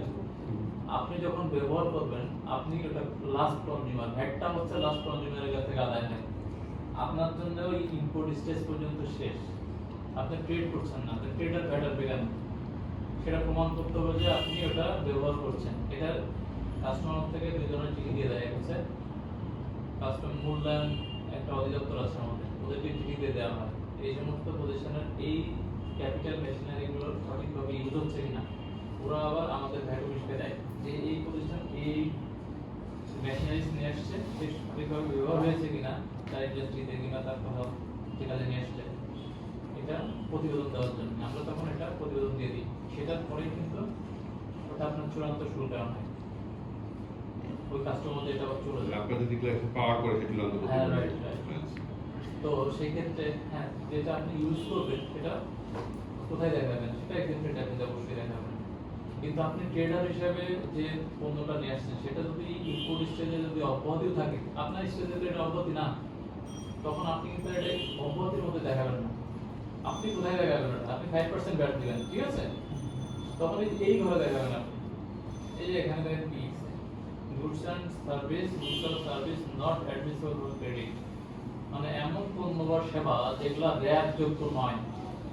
Taxpayer who sells only exempt specific VAT and goods and service other than standard rate credit not taken within stipulated time. Stipulated কি লেখা है? Stipulated time. আচ্ছা, এটা দিয়ে বোঝানো হচ্ছে নির্দিষ্ট সময়ের মধ্যে যারা র্যাপ নেয়নি এই সমস্ত তাও এখানে এন্ট্রি হবে, যেটা সে র্যাপ পাবে না। কিংবা যে স্ট্যাটিক ভ্যাটে বা এক্সেমপ্টেড ভ্যাটে সেল করবে এই সমস্ত পণ্য এখানে এন্ট্রি হবে। আবার বলছে যে স্ট্যান্ডার্ড রেটের নিচে তারা বিক্রি করবে। স্ট্যান্ডার্ড রেটের বিক্রির নিচে মানে 15% ভ্যাটের নিচে যে সমস্ত পণ্য বিক্রি করবে, যেমন ট্রেডার হিসেবে আপনি যাই ইম্পোর্ট করেন না কেন, সেটা ইম্পোর্ট স্টেজে অব্যাহতি থাকলেও এইখানে আপনাকে এন্ট্রি করতে হবে। মানে আপনার ব্যবসা স্টেজে একটা ভ্যাট আছে, এটা মিন করছে। আর এই এক্সেমপ্টেডের এখানে আপনি এন্ট্রি করলে, এক্সেমপ্টেডের এখানে এন্ট্রি করার অর্থ হচ্ছে বোঝানো হচ্ছে আপনি এক্সেমপ্টেড পণ্য, আপনার আউটপুট ভ্যাটটা এক্সেমপ্টেড, এবং আপনার কাছ থেকে যে পণ্যটা আপনি সেল করতেছেন সেটা অব্যাহতিপ্রাপ্ত, এটা বোঝানোর জন্য। এই জন্য এটার সাথে এটা রিলেটেড। যেমন এই 3 এর সাথে এই আপনার এখানকার হচ্ছে এই 12 আর 13 রিলেটেড, বোঝা গেছে? ওইটার সাথে এটা রিলেটেড। আবার ওই 4 এর সাথে যে 15% ভ্যাট দেয় তার সাথে এটা রিলেটেড, 14 এবং 15। মানে ও যা আনবে সে এখান থেকে রিবেট নিতে পারবে। তবে ওর অপশন আছে, সে যদি ইচ্ছা করে যে আমি রিবেট নিব না, সে এখানে এন্ট্রি করতে পারে, কোনো সমস্যা নাই, ঠিক আছে, তার লস। কিন্তু এটা ওর এন্ট্রি করতে পারবে না এমন না। তবে ওর জন্য এটা স্ট্যান্ডার্ড রেটে দেওয়ার নিয়মটা হচ্ছে যে সে আগে ভ্যাটটা নিয়ে নিবে, ভ্যাট একবারই হবে, মূল কথা হচ্ছে যে ভ্যাট অন ভ্যাট হবে না, যেমন ডাবল ট্যাক্সেশন হবে না। একবার ভ্যাট হলে সেটা সে ফেরত দিবে, বাকিটা সে ভ্যাট দিবে, এটাই নিয়ম, ভ্যাটের নিয়মটা এটা। আচ্ছা, এরপর একটা আছে ওই যে আদার দ্যান স্ট্যান্ডার্ড রেট, যেটা হচ্ছে 15% এর নিচে যে সমস্ত কাঁচামাল আপনি কিনছেন সেটা এন্ট্রি করবেন। যদি লোকাল হয় তাহলে 16তে, আর যদি সেটা আমদানি করে নিয়ে আসেন সেটা এই 17তে এন্ট্রি করবেন। ঠিক আছে, এটা সবই একই রকম। আগে যে সম্পর্কগুলো দেখালাম একই রকম, একই রকম। এজন্য আমি নতুন করে দেখালাম। আর এই যে স্পেসিফিক ভ্যাট এমন কিছু কাঁচামাল আছে না যেটা স্পেসিফিক ভ্যাটে আপনি নিয়ে আসবেন, আমরা যেগুলো আমাদের আগে বলে থাকি আবার চলে যেতে হয়। একই কথা ওই সেই স্পেসিফিক ভ্যাট যেটা বুঝাইলাম, এটা কোনো পার্সেন্টেজ না। এই ধরনের পণ্যের ক্ষেত্রে আপনার ক্ষেত্রে এটা কাঁচামাল হতে পারে, হতে পারে না? আপনি একজন ট্রেডার, আপনি ওই মালগুলো নিয়ে এসে আবার বিক্রি করতেছেন, এমন কিছু পণ্য হতে পারে, তখন সেটা এখানে বসাবে। এই লোকাল পার্সেসের ক্ষেত্রে শুধু লোকাল পার্সেসই হবে ওই ক্ষেত্রে, ওই ক্ষেত্রে ইম্পোর্টের কোনো সুযোগ নেই, কারণ ওই স্পেসিফিক ভ্যাটটা শুধু লোকাল পার্সেসের ক্ষেত্রেই হবে। ওখানে যে কটা আইটেম আছে ওটা লোকাল পার্সেসের ক্ষেত্রেই হবে, ওটা ইম্পোর্ট স্টেজ হবে না, এই জন্য ওটা ইম্পোর্ট দেওয়া নেই।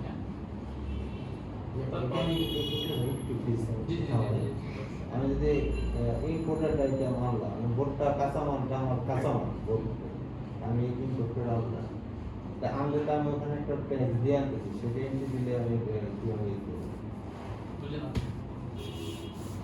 আমি তো ভোটটা আনলো কিনার সময় ব্যাগটা ব্যাগটা দিয়ে আসছি, ভ্যাটের আসছে ব্যাগটা দিয়ে আসছি, সেই ব্যাগটা আমি রিব্যাগটা এখানে ঠিক করে আপনি যে বোর্ডটা কিনে নিয়ে আসতেছেন, এই তো ইম্পোর্ট করে নিয়ে আসতেছে। ইম্পোর্ট করে নিয়ে আসতেছেন, আপনি ট্রেডার হিসেবে বিজনেস করবেন নাকি 15% ভ্যাট দিয়ে বিজনেস করবেন? 15% ভ্যাট দিলে রেয়াত এবং ওই 15% ভ্যাট এবং এটি দুটাই পাবেন ফেরত। আর যদি ট্রেডার হিসেবে হয় সেটার জন্য আলাদা। আপনি এখন কোনটা যাচ্ছেন আগে আমাকে বলেন, 15% এ যাবেন নাকি 5%?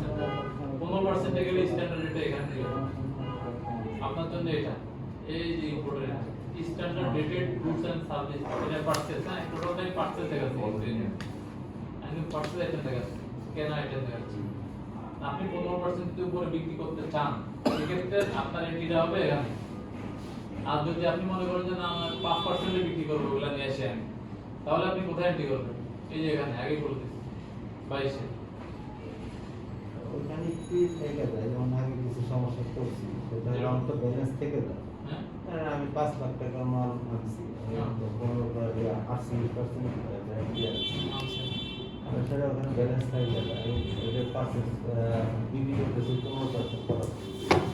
ওখানে আমার হয়তো এই মাসে 2 লাখ টাকা ব্যালেন্স পেয়ে গেল। আচ্ছা, ওটা পরে যাচ্ছি আমি, ও পর্যন্ত আসি নাই, ব্যালেন্স থাকবে। এটা ব্যালেন্সের টাকাটা আমি পাইলে এই জন্য আমি এটা one kind of balance sheet. আমার 4.5 লাখ টাকা পড়ে রয়েছে। আচ্ছা, ব্যালেন্সের জন্য আপনার অপশন আছে, আপনি রিফান্ড দিতে পারবেন। রিফান্ডটা তো লোকাল পার্সেসের ক্ষেত্রে চালানের সাথে কোনো ডকুমেন্টসের প্রয়োজন আছে, অথবা যারা ইম্পোর্টারের কাছ থেকে আমরা মাল কিনি। আইন আপনাকে বলছে, একদম সরাসরি আইন বলে দিয়ে একদম স্পষ্ট করে বলছে, আপনি ভ্যাট চালান ছাড়া কোনো পণ্য কিনতে পারবেন না। চালান কিনলাম, লোকাল যে চালান কিনছি, ওই লোকাল চালানের সাথে কোনো ডকুমেন্টস, আদার্স ডকুমেন্টসের দরকার আছে না। আর ইম্পোর্টারের কাছ থেকে যে আমরা মাল কিনি, ওইটার সাথে ওই চালানের সাথে থেকে কোনো কিছু কিনলে সেটার বিল অফ নাম্বার থাকতে হবে, নাম্বার থাকলে হবে না, ওই বিল অফ অন্য কিছু দরকার নাই।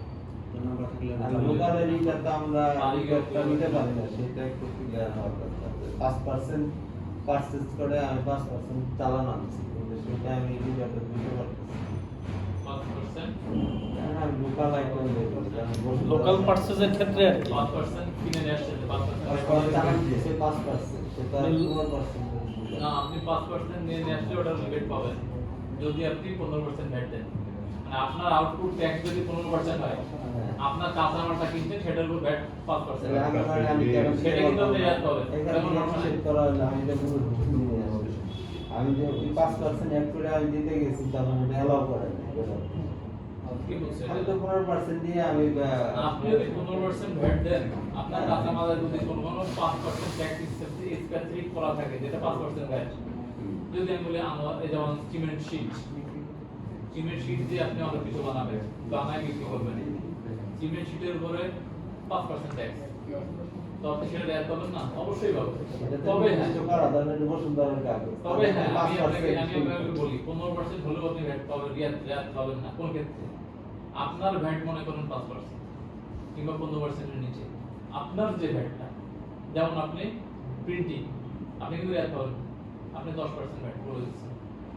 আপনার যদি আপনি যা কিনতেছেন সেটাগুলোর উপর 15% ভ্যাট, কিন্তু আপনার কাঁচামালটা ধরেন, কিন্তু ওই কাঁচামালের উপর ভ্যাট পাবেন না। এর কারণটা হচ্ছে আপনার আউটপুট ভ্যাটটা কত পার্সেন্ট, এটা আবার ইন্ডিকেট করে। মানে আপনার ভ্যাটটা আছে কত পার্সেন্ট, আপনার ভ্যাটটা হতে হবে 15%, তবেই আপনি রেয়াত পাবেন। উনি যেটা প্রশ্নটা করছেন আমি বলছি সেটা হলো আপনি একটু বুঝেন। আমরা লোকালি এই জিনিসটা কিনলাম, কেনার সময় আমাকে উনি 6.3 মূসক প্রোভাইড করেছেন, সেটা তো হলো 5%। তো এটা আমি যখন উৎপাদন করে প্রিন্টিং করে প্যাকেজিং করে আমি মিস্টার এক্স এর কাছে সেল করছি, আমি কিন্তু 15% ভ্যাট চালান কেটেই সেল করছি। তাহলে আমি প্রথম কেনার সময় যে 5% সেটা আমি রেয়াত নিতে পারবো কিনা, মনে হয় আপনার প্রশ্নটা এটা। আমি বুঝাইতে পারছি? সেটা আমরা পাবো কিনা, ইয়েস অর নো? ট্রেডারের কাছ থেকে 5% হ্যাঁ পাবেন আপনি। পাবো না? হ্যাঁ, এবার বলেন। এক্ষেত্রে পেমেন্টের কোনো আছে নাকি, যে পেমেন্ট ব্যাংক? কিন্তু ইসলাম ভাই এটাই তো প্রশ্ন।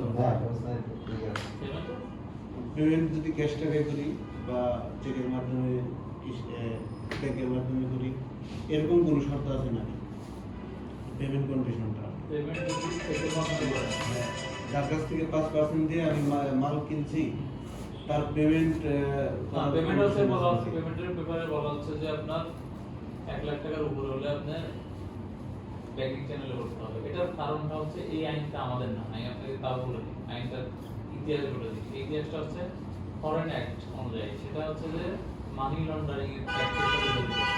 এটা বাংলাদেশ ব্যাংক আমাদেরকে ইম্পোজ করে দিয়েছে যে কোনো ট্রানজাকশন যেন ক্যাশে না হয়। এটার অর্থ হচ্ছে যে যেন মানি লন্ডারিং এর ব্যাপারটা না ঘটে। এই জন্য বলা হয়েছে যে 1 লাখ টাকার উপরে হলে মানুষের কাছে, যেমন আপনি যদি কখনো দেশের বাইরে যান দেখবেন আপনার কাছে টাকা 500 টাকার বেশি থাকতে পারবে না, এটা কিন্তু রুলস। বাংলা টাকা মানে যেন পাচার না হয়, বুঝতে পেরেছেন? অনেকগুলো ব্যাপার আছে। তারপরে আপনি $5,000 বেশি নিতে পারবেন না। সার্বভৌম দেশগুলোতে 5,000 না, সার্বভৌম দেশ মানে 5,000, সার্বভৌম দেশের বাইরে গেলে $7,000 সর্বোচ্চ নিতে পারবেন, যাতে মানি লন্ডারিং না হয়। আপনার এইটা চিন্তা করেই অতগুলো মানে রুলস ইম্পোজ করা, ঠিক আছে? এই জন্য 1 লাখ টাকার উপরে, কিন্তু আপনারা তো এটা এখন মিস ইউজ করেন, কি বলবো আর, 99,000 টাকা চালান লেগে রাখেন, তাই তো বলেন? এটা কিন্তু ইচ্ছে করলে আমাদের সবগুলো রেয়াত বাতিল করা যায়। আমি যেহেতু আরামবাগে আছি, আমার এখানে এই সমস্ত প্রতিষ্ঠান বেশি, কিভাবে রেয়াত বাতিল করা যায় করে দেবো। আপনারা অনেকে যেটা করছেন, একই সময়ে 50টা চালান, একই গাড়ি না, আপনি এক গাড়িতে 5 মিনিটের মধ্যে 50 টাকা চালান আপনার ওই পুরনো ঢাকা থেকে আপনি আরামবাগে নিয়ে চলে আসলে প্রুভ করতে পারবেন আপনার রেয়াত বাতিল হবে না? কিন্তু আমরা করি না। এটা আপনারা অনেকটাই সহানুভূতি দেখান, সেটা বাস্তব। কিন্তু বাস্তবতা তো এটা বাস্তবতা বুঝি। আমি বলি, আমি যে কথাটা বললাম আমাদের অনেক ডিটেলসে লেগে গেছে। আপনারা এই সহানুভূতি দেখান দেখে সবাই রিবেট নিতে পারে, আর যদি আপনারা ওই জায়গায় হার্ডলাইনে যান একটা ব্যাটা রিবেট নিতে পারবেন না। ব্যাপারটা বুঝছেন আপনি? তাহলে আপনি পুরোটা চালানি কোনোটার সাথে আমি অ্যাডজাস্টমেন্ট করে দিতে পারবো। আচ্ছা যাই হোক, আমরা যেখানে ছিলাম সেখান থেকে আমাদের শেষ জি, আগে আচ্ছা, টার্নওভার ট্যাক্স ইউনিটের কাছ থেকে কোনো কাঁচামাল কিনলে সেটা রেয়াত পাবে না। টার্নওভার ট্যাক্স প্রতিষ্ঠান আছে যারা 3 মাসে 10 বছরে 2 বার রিটার্ন দেয়, তাদের জন্য সেই সমস্ত প্রতিষ্ঠানের ক্ষেত্রে বাংলাদেশে এটা আমাদের নাই। কম। এই সমস্ত প্রতিষ্ঠান বাংলাদেশে খুবই কম। বলা হচ্ছে যে 50 লক্ষ টাকা থেকে 50 লক্ষ টাকা থেকে 3 কোটি টাকা পর্যন্ত আপনি একটু আগান না, তাদের টার্নওভার। আনরেজিস্টার্ড ইউনিটের কাছ থেকে কিনলে, এখানে যে আমি বলছিলাম যে অনিয়মিত প্রতিষ্ঠানের কাছ থেকে কিনতে পারবেন না, হ্যাঁ, কিন্তু এখানে একটা অপশন রেখে দেওয়া হয়েছে। কেন? যদি আপনি কেনেন তাহলে কোথায় পাঠাবেন? আর রিটার্নটা হচ্ছে এমন একটা রিটার্ন বানানো হয়েছে যেখানে সব কিছু এন্ট্রি করা যায়। এই জন্য এন্ট্রিটা রেখে দেওয়া হয়েছে। এন্ট্রিটা এটা রেখে দেওয়ার অর্থ কিন্তু আপনার কাছে ভ্যাট ইনক্লুড করা যাবে। এটা কিরকম জানেন? ধারা 33টা পড়ে নিবেন তখন একসাথে। ওখানে লেখা আছে ভ্যাট কে পরিশোধ করবে। ওখানে লেখা আছে কে পরিশোধ করবে। যদি আপনি অনিয়মিত প্রতিষ্ঠানের কাছ থেকে আপনি নিবন্ধিত প্রতিষ্ঠান কেনেন, যদি সে না দেয় তাহলে আপনাকে দিতে হবে। স্পষ্ট করে বলে দেওয়া আছে। আর এটা তো শিখাইলাম যে ট্রেডাররা মানে একদম ব্যবসায়ী কোথায় ইনপুট করবে, তার কাঁচামালগুলা কোথায় লিখবে। এই যে 21 আর 22 লোকাল জায়গা থেকে কিনলে 21 লিখবে, আর যদি ইম্পোর্ট করে আসে তাহলে 22 লিখবে। মানে শেষ। অ্যাডজাস্টমেন্টে যায় এখন যদি উৎসকর্তন তারিখ কোনো সত্তা হয়ে থাকেন আপনি, যে 9টা উৎসকর্তন এই সত্তা দেওয়া আছে আমাদের, যে ভ্যাট অফিসের বাইরে কিছু অফিসকে ভ্যাট অফিস বানাই দেওয়া হয়েছে, আমরা বানাই দিচ্ছি যে আপনি ভ্যাট অফিসের দায়িত্ব পালন করবেন। ব্যাংক, বীমা, আর্থিক প্রতিষ্ঠান, সরকারি প্রতিষ্ঠান, স্বায়ত্তশাসিত প্রতিষ্ঠান যেগুলো আছে, লিমিটেড প্রতিষ্ঠান, এরকম মোট 9টা প্রতিষ্ঠানকে দেওয়া আছে দায়িত্ব। আগে 1 কোটি টাকার উপরে টার্নওভার থাকলে তাদেরকে দেওয়া ছিল, এখন ওটা থেকে অব্যাহতি দেওয়া আছে। এখন এই সমস্ত 9টা প্রতিষ্ঠানকে দায়িত্ব দেওয়া আছে, তারা তাদের কাছে কেউ যখন সাপ্লাই দিবে, সে ওই 15% নিচে যেগুলো সাপ্লাই হবে সে র্যাট কেটে রাখবে, সরি ভ্যাট কেটে রাখবে। 15% নিচে যদি সাপ্লাই তাকে কেউ দেয়, সে ভ্যাটটা কেটে রাখবে, মানে দুইবার ভ্যাট কাটবে এই ক্ষেত্রে, সেও কাটবে এও কাটবে। এই কাটার পরে সে একটা 6.6 ইস্যু করবে, তাকে একটা সার্টিফিকেট দিবে, সেই সার্টিফিকেট অনুযায়ী সে প্রথমে যে ভ্যাট কাটছিল সে আবার সমন্বয় করে নেবে। তার মানে সে এক পক্ষে ভ্যাট হবে, একদিক থেকে নিয়ে নিতে পারবে আর একটা নিতে পারবে না। সেই ভ্যাটটা এখানে দেখাতে হবে এই 24 নম্বর। মানে আপনাদের ক্ষেত্রে কেউ যদি লিমিটেড হয়ে থাকে তার জন্য এটা প্রযোজ্য হবে কিছু কিছু ক্ষেত্রে। এটা একটু ক্লিয়ার হওয়া দরকার। এটা একটু ক্লিয়ার হওয়া দরকার। মনে করেন আমি একটা প্রতিষ্ঠান, আমি একটা প্রতিষ্ঠান ব্যাংক বা বিমার আমি ক্যালেন্ডারি সাপ্লাই দিলাম, ওকে, আর 10% দেওয়া আমার কেটে রাখবে। হ্যাঁ কেটে তা দেবে। আমি তো পারচেজ করছি পেপার, কিন্তু ওইটারে কিন্তু আর আমি রিব্যাক দিতে পারছি না। সমন্বয় করতে হবে না, আপনি রিবেট করেন না, আপনি আপনাকে যেটা করতে হবে সমন্বয় করতে হবে। এটা সমন্বয়টা ক্লিয়ার দেওয়া আছে। এটা কি রকম? আপনি একটা ব্যাংক বিমা প্রতিষ্ঠানকে একটা প্রোডাক্ট দিবেন, ভ্যাট চালান কেটে 10%, 10%। আপনার কাছে সে আবার 10% কাটছে, আর দুইবার কাটা গেল।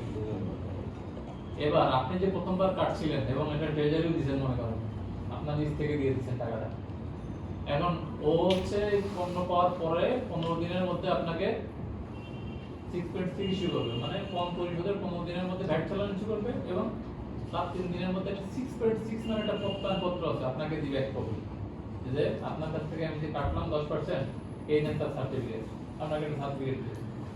তখন এই সার্টিফিকেটটা আপনি নিয়ে আপনার যে ভ্যাটটা দিছিলেন সেটা আপনি যে এখানে সমন্বয় করে নেবেন।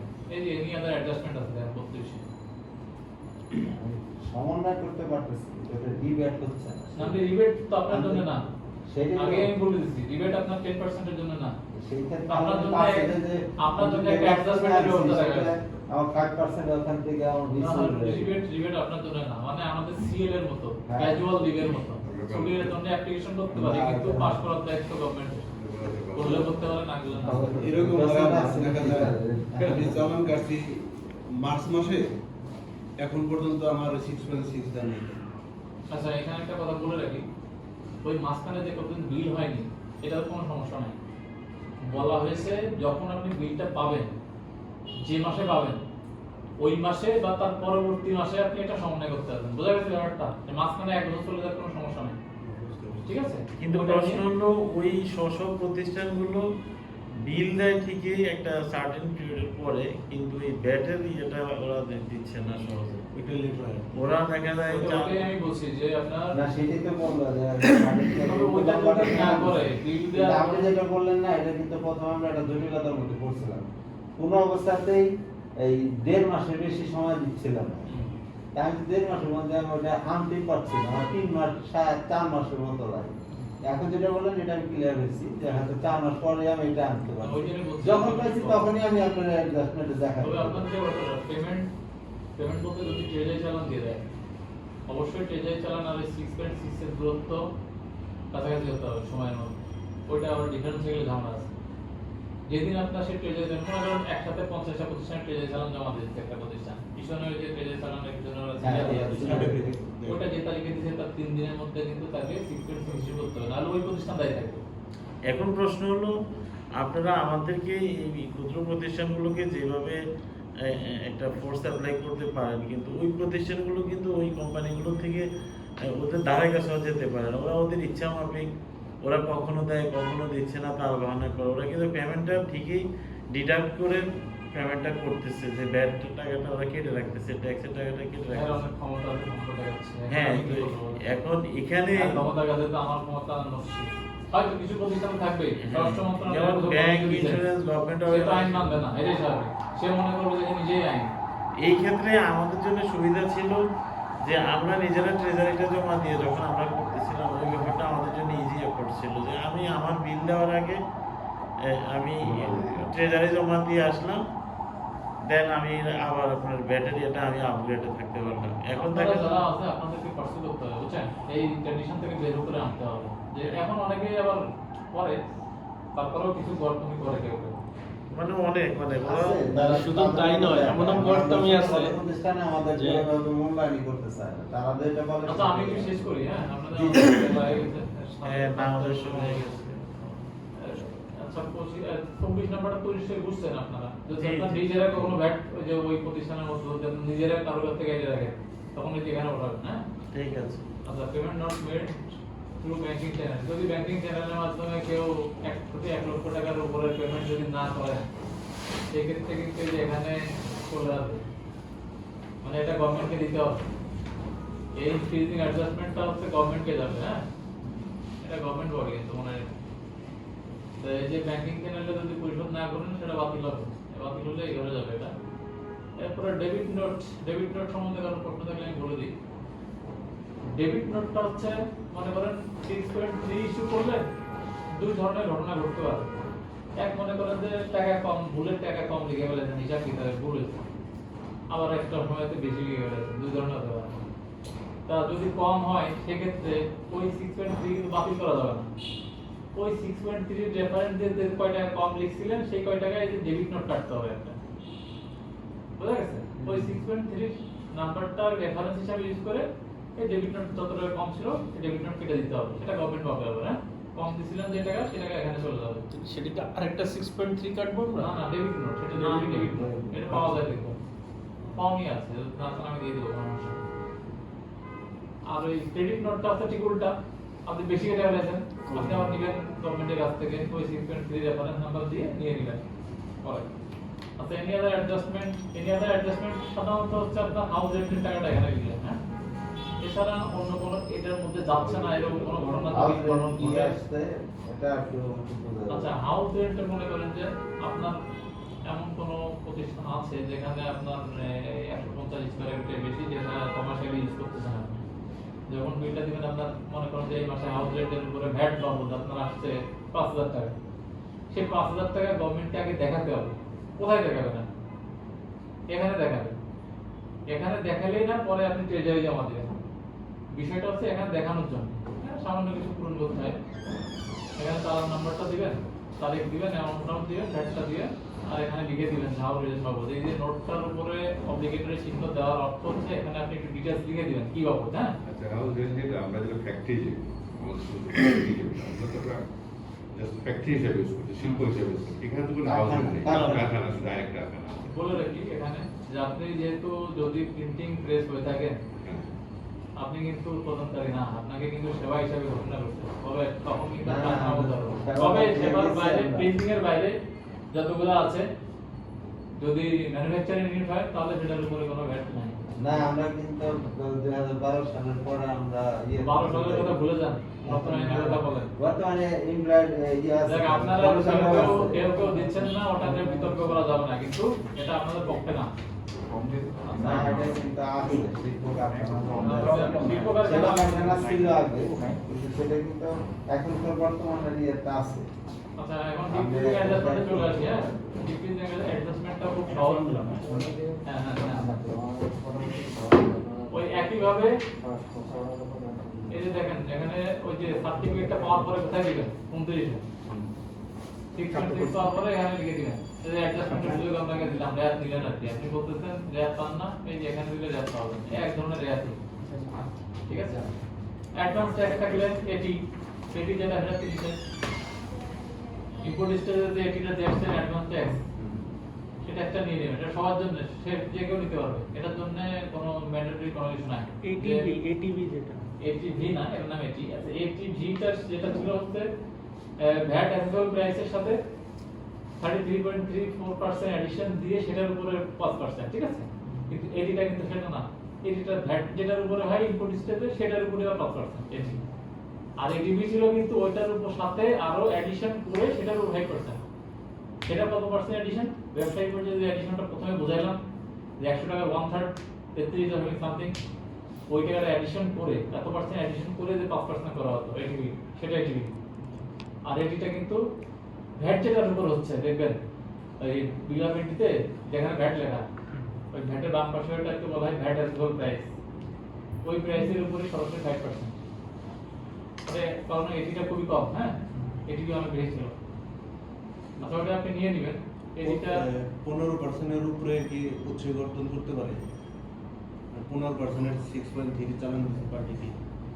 না না করতে পারবে না, করতে পারবে না। ওটা তো আমি আইন দেখাই দিয়েছি না, কত মানুষকে এই 147 149 এখন এটা চেঞ্জ হয়ে গেছে। 149 এ দেখবেন লেখাই আছে, এছাড়াও দেওয়া আছে যে 15% এর যদি আইডিয়াল রেটে বা আদর্শ রেটে যদি কেউ পণ্য সরবরাহ করে তাহলে তার কাছ থেকে উচ্চকল্পন করা যাবে না। এখন অনেক প্রতিষ্ঠানই মানে না। আসলে বিষয়টা হচ্ছে যে কাটলে যে খুব ক্ষতি হয়ে যাবে তা না, ওটাও আপনি সমন্বয় করতে পারবেন, কিন্তু মাঝখানে যেটা হলো আর কি যে আইনটা মানছে না আর কি। কিছু প্রতিষ্ঠানটা করে, সরকারি প্রতিষ্ঠানটা করে, এটা আমি জানি, এটা নিয়ে বিতর্ক করবো না। বিআরবি কে বলছে ধরে না, আর কিছু কিছু প্রতিষ্ঠান করে, মানতে চায় না। আচ্ছা, এখন বলি ওই যে এখানে একটা জিনিস মনে রাখবেন, সেটা হচ্ছে যে উচ্চকল্পনে যে 43টা সেবা আছে, ওই সেবার কোনো পণ্য হলে ওরা কাটবে, ওদেরও কিছু গ্রাউন্ড আছে, কিন্তু ওখানে 15% কিছু আছে, মিসলিনিয়াস 15% আছে না, কিছু জিনিস 15% আছে। তো ওই 15% থাকলে যেমন যে আপনার মেইনটেনেন্স চার্জ, ওগুলোতে 15% আছে। কিছু কিছু জিনিস সার্ভিসের ক্ষেত্রে 15% আছে, সার্ভিসের ক্ষেত্রে হবে না। পণ্যের ক্ষেত্রে যদি 15% হয়ে থাকে সেই ক্ষেত্রে সে কাটবে না, ঠিক আছে? অথবা বিতর্কে পড়ে যায়, ওটা একটু বিতর্ক আছে। আচ্ছা, ইস্যুইং অফ ক্রেডিট নোট তো বললাম, ক্রেডিট নোট কি হবে যদি বেশি টাকা পেমেন্ট করে ফেলেন 6.3 তে, তখন সেই যে বেশি টাকাটা পেমেন্ট করছেন সেটা নিয়ে দিবেন এই ক্রেডিট নোটের মাধ্যমে। আর এখানে অ্যাডজাস্টমেন্টের একই কথা বললাম, কোনো কারণে হাউস রেন্টের ব্যাপারটা আপনি বেশি দিয়ে ফেলেছেন, পাবেন আবার। হাউস রেন্টের কোনো কারণে আপনার এমন উদ্ভব হলো যে টাকাটা আপনাকে সমন্বয় করা দরকার, তাই হাউস রেন্টের টাকা কোথায় সমন্বয় করবেন? এই এরিয়াতে অ্যাডজাস্টমেন্টে। আচ্ছা, গেল। এরপরে এটা অটোমেটিক চলে আসবে নেট পেয়েবল ভ্যাট, এই ওইগুলা বিশেষ করে হচ্ছে আপনার পদেও যা হয়েছে, এটা হচ্ছে টোটাল পদে, এটা গভর্নমেন্টের অংশ, আপনি যা বিক্রি করলেন যে টাকাটা হয়েছে, আর এর সাথে যে ইনক্রিজিং অ্যাডজাস্টমেন্ট আছে দেখবেন, এই ইনক্রিজিং অ্যাডজাস্টমেন্ট এই দুইটা যোগ করার ফলে এই এটা যোগ আর বিয়োগ হবে কোনটা? যেটা আপনি রেয়াত পাইলেন, রেয়াতের অংশটুকু, আর হচ্ছে ডিক্রিজিং অ্যাডজাস্টমেন্ট যেটা, এই যে ডিক্রিজিং অ্যাডজাস্টমেন্ট, এই যে মনে করেন কিছু 6.6 পাইছিলেন, 80 ছিল, তবে ক্রেডিট নোট ছিল, কিংবা অন্য কোনো সমন্বয় যদি থেকে গেছে, সেগুলোর ফলে যেটা হবে, হ্যাঁ, ওই পদে দুইটা যোগ করার পরে এটা বিয়োগ করার ফলে যা হবে, এই যে এখানে অনেক রকম যোগ বিয়োগ আছে, আমি ওটা না বুঝে আপনাদের সংক্ষেপে বুঝাইলাম আর কি। হ্যাঁ, সংক্ষেপে বোঝাটাই বেটার। আপনি যদি বিষয় ভিত্তিকটা যদি ক্লিয়ার থাকে, কনসেপ্ট ক্লিয়ার থাকলে আপনি কিন্তু বুঝবেন সহজে। যোগ বিয়োগে পড়ে যান, আপনার বিষয়টা ক্লিয়ার থাকতে হবে যে এই দুটো গভর্নমেন্টের আর বাকিটা আমার। এখানে যা বিক্রি দেখাইছেন, বিক্রির উপর যে ট্যাক্সটা এটা গভর্নমেন্টের, আর একটা কোথায় এই যে ইনক্রিজিং এ যেটা দেখাইছেন, বিভিন্ন রকমের ইনক্রিজিং হচ্ছে না, আপনার কারো কাছ থেকে ভ্যাট কেটে রাখছেন, তারপরে যে ব্যাংকিং চ্যানেলে পেমেন্ট করেন নাই, তারপরে মনে করেন ডেবিট নোট কিছু কাটছেন, মানে কি আপনি ভ্যাট কম দিয়েছিলেন, তারপরে হাউস রেন্টের উপরে যে ভ্যাট পাওনা হয়েছে, এটা যোগ করার সাথে এবার আপনি আপনার ব্যালেন্স কোথায়, আপনি পাইছেন না কিছু, এই যে রেয়াত নিছেন, এখানে মনে করেন এখানে রেয়াত ছিল কিছু, রেয়াত ছিল আর সাথে আর কি ছিল, ডিক্রিজিং এ কিছু ছিল, যেমন এই যে সার্টিফিকেট ছিল কিছু 6.6 এর সার্টিফিকেট, তারপরে 80 তো আপনি পাইছেন, এগুলো আপনার। তাহলে গভর্নমেন্টের থেকে আপনারটা বিয়োগ দিলে যা থাকে এটা এখানে অটোমেটিক যোগ হয়ে চলে আসবে, এটা আপনার যোগ করার দরকার নেই, অটোমেটিক চলে আসবে এটা। অতএব আমি যদি বুঝাইলাম আর কি, কনসেপ্টটা ক্লিয়ার করার জন্য বুঝাইলাম। এরপরে আবার রিপেয়েবল কেমনে থাকে, একবার তো এটা হলো, সেটা কি রকম? আপনার গত মাসে কিছু ব্যালেন্স থাকতে পারে যেটা তো বিয়োগ করা হয়নি, থাকতে পারে না? এই যে মনে করেন এখানে 52 নম্বর ঘর দেখেন ক্লোজিং ব্যালেন্স আছে লাস্ট ট্যাক্স পিরিয়ডে এখানে যদি কিছু ব্যালেন্স থাকে ধরে নিয়ে আমি এখানে 5 টাকা ব্যালেন্স ছিল এখন এখানে 20 টাকা চলে আসছে আগে কিন্তু কিছু ছিল না এটা অনেক চলে আসছে মানে যদি গত পিরিয়ডে গত মাসে যদি আপনার ব্যালেন্স থাকে তাহলে যোগ করার পরে বিয়োগ করার পরে যেটা থাকবে সেটা নিট পেয়েবল হয়ে যাবে এখানে চলে যাবে এটা অটোমেটিক চলে আসবে এটা আপনার কিছু করতে হবে না খালি ওই লাস্ট পিরিয়ডে যা ছিল সেখানে বসাইতে হবে হ্যাঁ এই লাস্ট পিরিয়ডে যে পরিমাণ আপনার ইয়ে ছিল ব্যালেন্স ছিল এই ব্যালেন্সটা বসাইতে হবে এটা অটোমেটিক আসবে না ঠিক আছে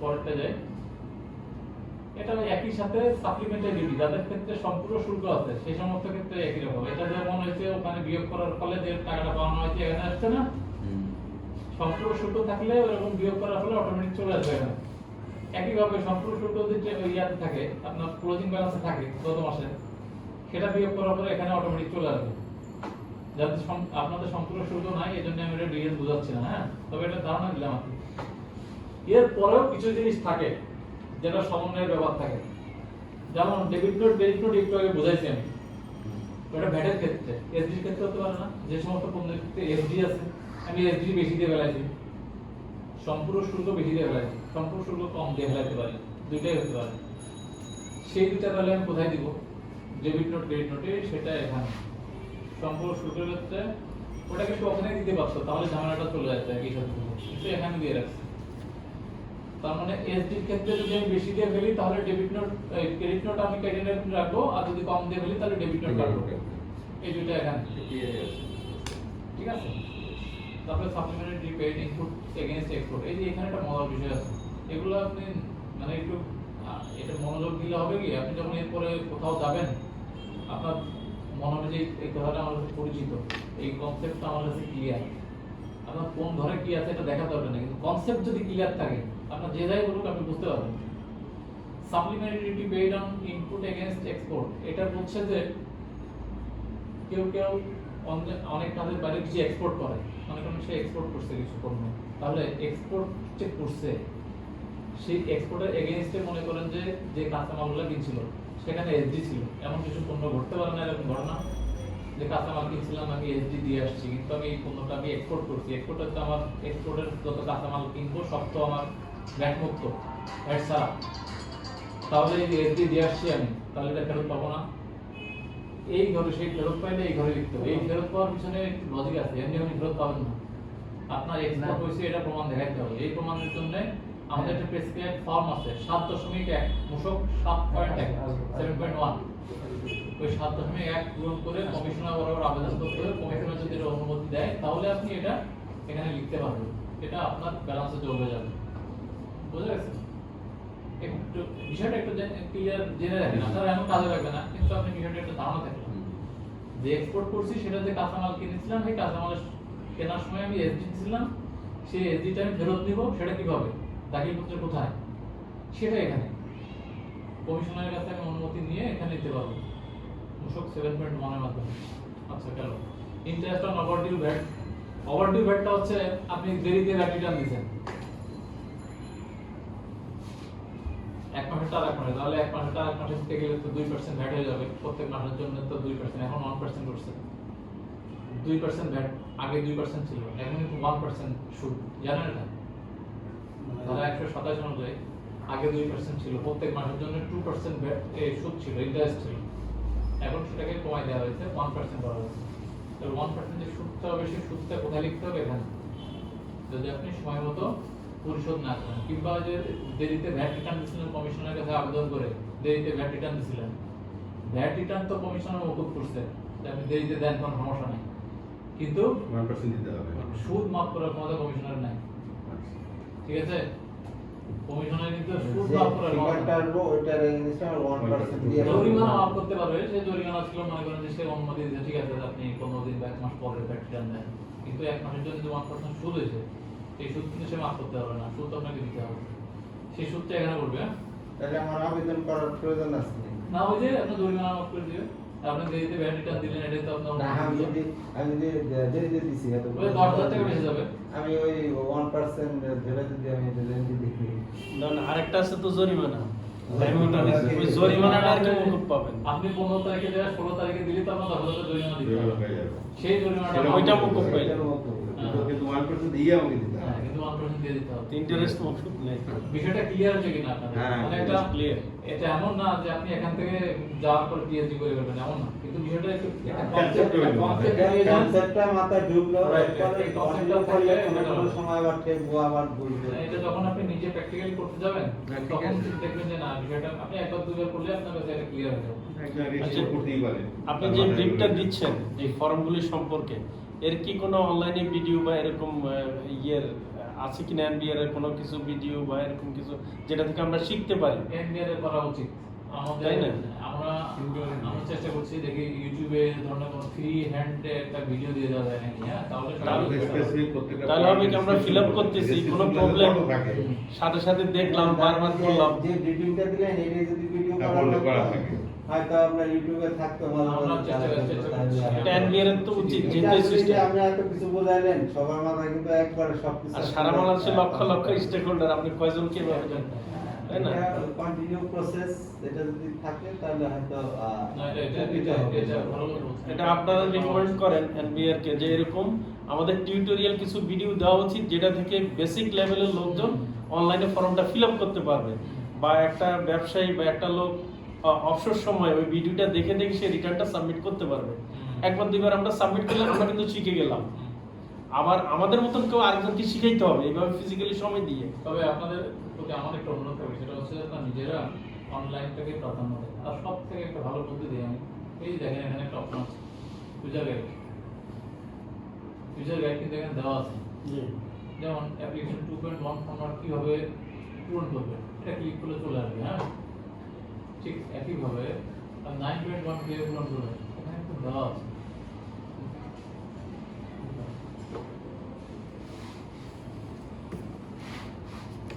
এখানে কিন্তু দেওয়া আছে। হ্যাঁ, এটা হাতে কলমে দেওয়া আছে।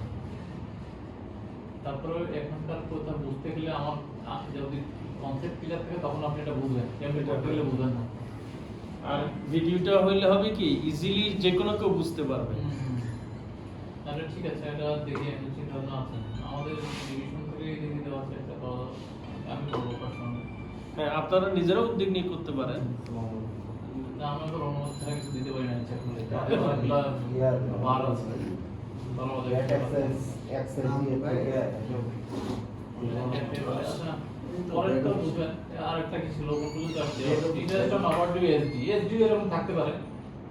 এসডি যদি ব্যাপার থাকে, এসডি আর যদি প্রতিষ্ঠান যদি আপনার হয়, তাহলে আপনার ক্ষেত্রে এরকম ইন্টারেস্ট হবে বেশি দেরিতে দেওয়ার কারণে 1%। 1% কিন্তু ট্যাক্স বলা হচ্ছে সুদ 1%। 1% সুদ মানে হচ্ছে আপনার ভ্যাটের ক্ষেত্রে 1%, এসডির ক্ষেত্রে 1%। হ্যাঁ, সেই এসডি যদি থাকে সেটা ক্ষেত্রে এখানে অসুবিধা হবে। এরপরে পেনাল্টি যদি থাকে, নন সাবমিশন অফ রিটার্ন, রিটার্ন না দেওয়ার কারণে যদি পেনাল্টি হয়, এখানে 10,000 টাকা অটোমেটিক চলে আসবে। এটা আপনার পূরণ করতে হবে। এগুলো কিছু আমরা বুঝবো, এগুলো বোঝা যাবে। আদার ফাইনাল পেনাল্টি, আদার যদি কোনো কিছু থাকে, ইন্টারেস্ট থাকে। এক্সাইজ ডিউটি, এটা ব্যাংকের ক্ষেত্রে যদি এক্সাইজ ডিউটি থাকে, ব্যাংক এখানে দিলে পাঠিয়ে দিবে। আর এই বিভিন্ন রকমের সারচার্জ আছে, এই সারচার্জ যার যার আছে, সারচার্জ সাধারণত বসে হচ্ছে মনে করেন কিছু ক্ষতিকর প্রতিষ্ঠান থাকে না, যেমন বিড়ি সিগারেট পরিবেশে ক্ষতি করছে, ওদের ক্ষেত্রে গভর্নমেন্ট থেকে একটা সারচার্জ দেওয়া আছে যে আপনি যাই করেন আপনার জন্য আলাদা একটা 1% বা 3% বা 2% এগুলো আমাদের সাথে হয় না, প্রিন্টিং যারা ওই রিলেটেড প্রতিষ্ঠান, হ্যাঁ, সিগারেটের কাছে এনভায়রনমেন্ট ক্ষতি করছে যারা, তাদের ক্ষেত্রে এই ধরনের সাবস্টান্স দেওয়া তাদের জন্য এগুলো। এরপর সব যোগ বিয়োগ করার পরে কত টাকা ট্রেজারি দিতে হবে আপনাকে, যদি গভর্নমেন্ট পায় তাহলে এখানে আসবে এরকম এই জায়গায়, এটা আছে 50 নম্বর ধরে, ও যোগ বিয়োগ নিজেই করে নিবে, কত টাকা ট্রেজারি দিতে হবে আপনাকে ব্যাংকে, এখানে চলে আসবে, তখন আপনি ব্যাংকে ট্রেজারি দিয়ে দিবেন। ট্রেজারি এইভাবে আসার পরও তো অনেক ইন্সপেক্টর চাপ দেয় যে আরো বাড়াই দিতে হবে। এটা বাড়ানোর বলা না, এটা চাপ দেয় যেটা আপনাদের ভালো সম্পর্ক থাকে। বলে যে বাড়াই দিতে হবে। নেট না হলে আপনার দিতে চান না, অনলাইনে তার বলার সুযোগ নাই। অনলাইনে একই রকম ভাবে এসডি যদি ট্রেজারি যে পরিমাণ আসবে, নিট ট্রেজারি জমা দিতে হবে, কিন্তু এখানে অটোমেটিক চলে আসবে যদি এসডি থেকে থাকে। হ্যাঁ, এরপরে তো এটা তো বুঝলাম গত মাসের ক্লোজিং ব্যালেন্সটা এখানে আপনাকে দিয়ে দিতে হবে, আর এই পরবর্তী মাসের যদি না গত মাসে যদি এসডি থাকে ক্লোজিং ব্যালেন্স সেটা এখানে চলে আসবে অটোমেটিক। এরপর হচ্ছে আপনার রিমেইনিং ব্যালেন্স, এখানে একটা ব্যাপার আছে,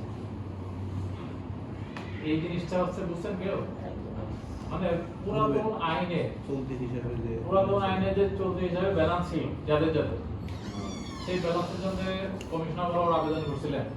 হ্যাঁ আমরা তো করে রাখি। আচ্ছা ওইটা হচ্ছে অনুমোদন সাপেক্ষে এখানে আসবে, যদি পাস হয় সেক্ষেত্রে এখানে আপনি লিখতে পারবেন, তার আগে লিখতে পারবেন না। হ্যাঁ, যদি 18.6 আপনার প্রত্যয়নপত্র দেয় তারা, যে পরিমাণ ভ্যাট বা এসডি ছিল যদি অনুমতি দেয় তাহলে আপনি এখানে লিখতে পারবেন। আর লেখার পরে কি হবে, লেখার পরে পরবর্তী মাস থেকে যে নিট পদেও 30% করলে যা হয় সেটা আপনি সমন্বয় করতে পারবেন, এরকম 6 মাস করতে পারবেন।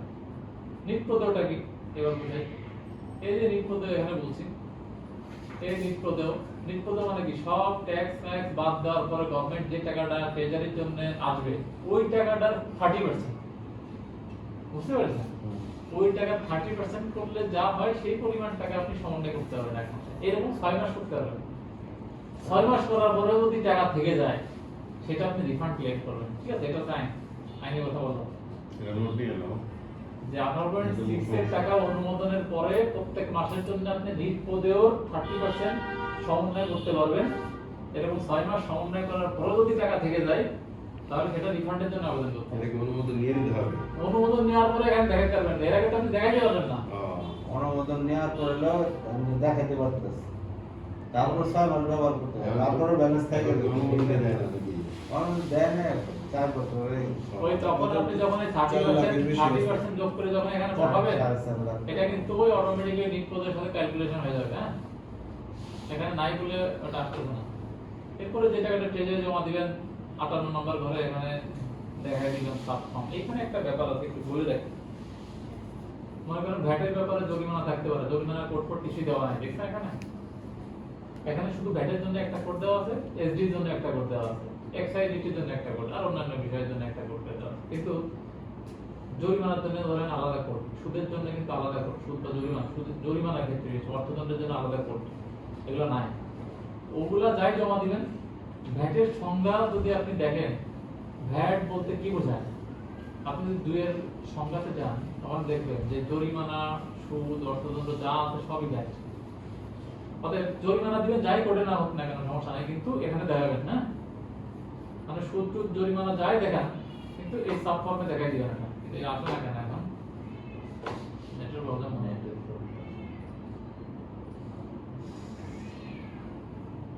হ্যাঁ, এই যে কথা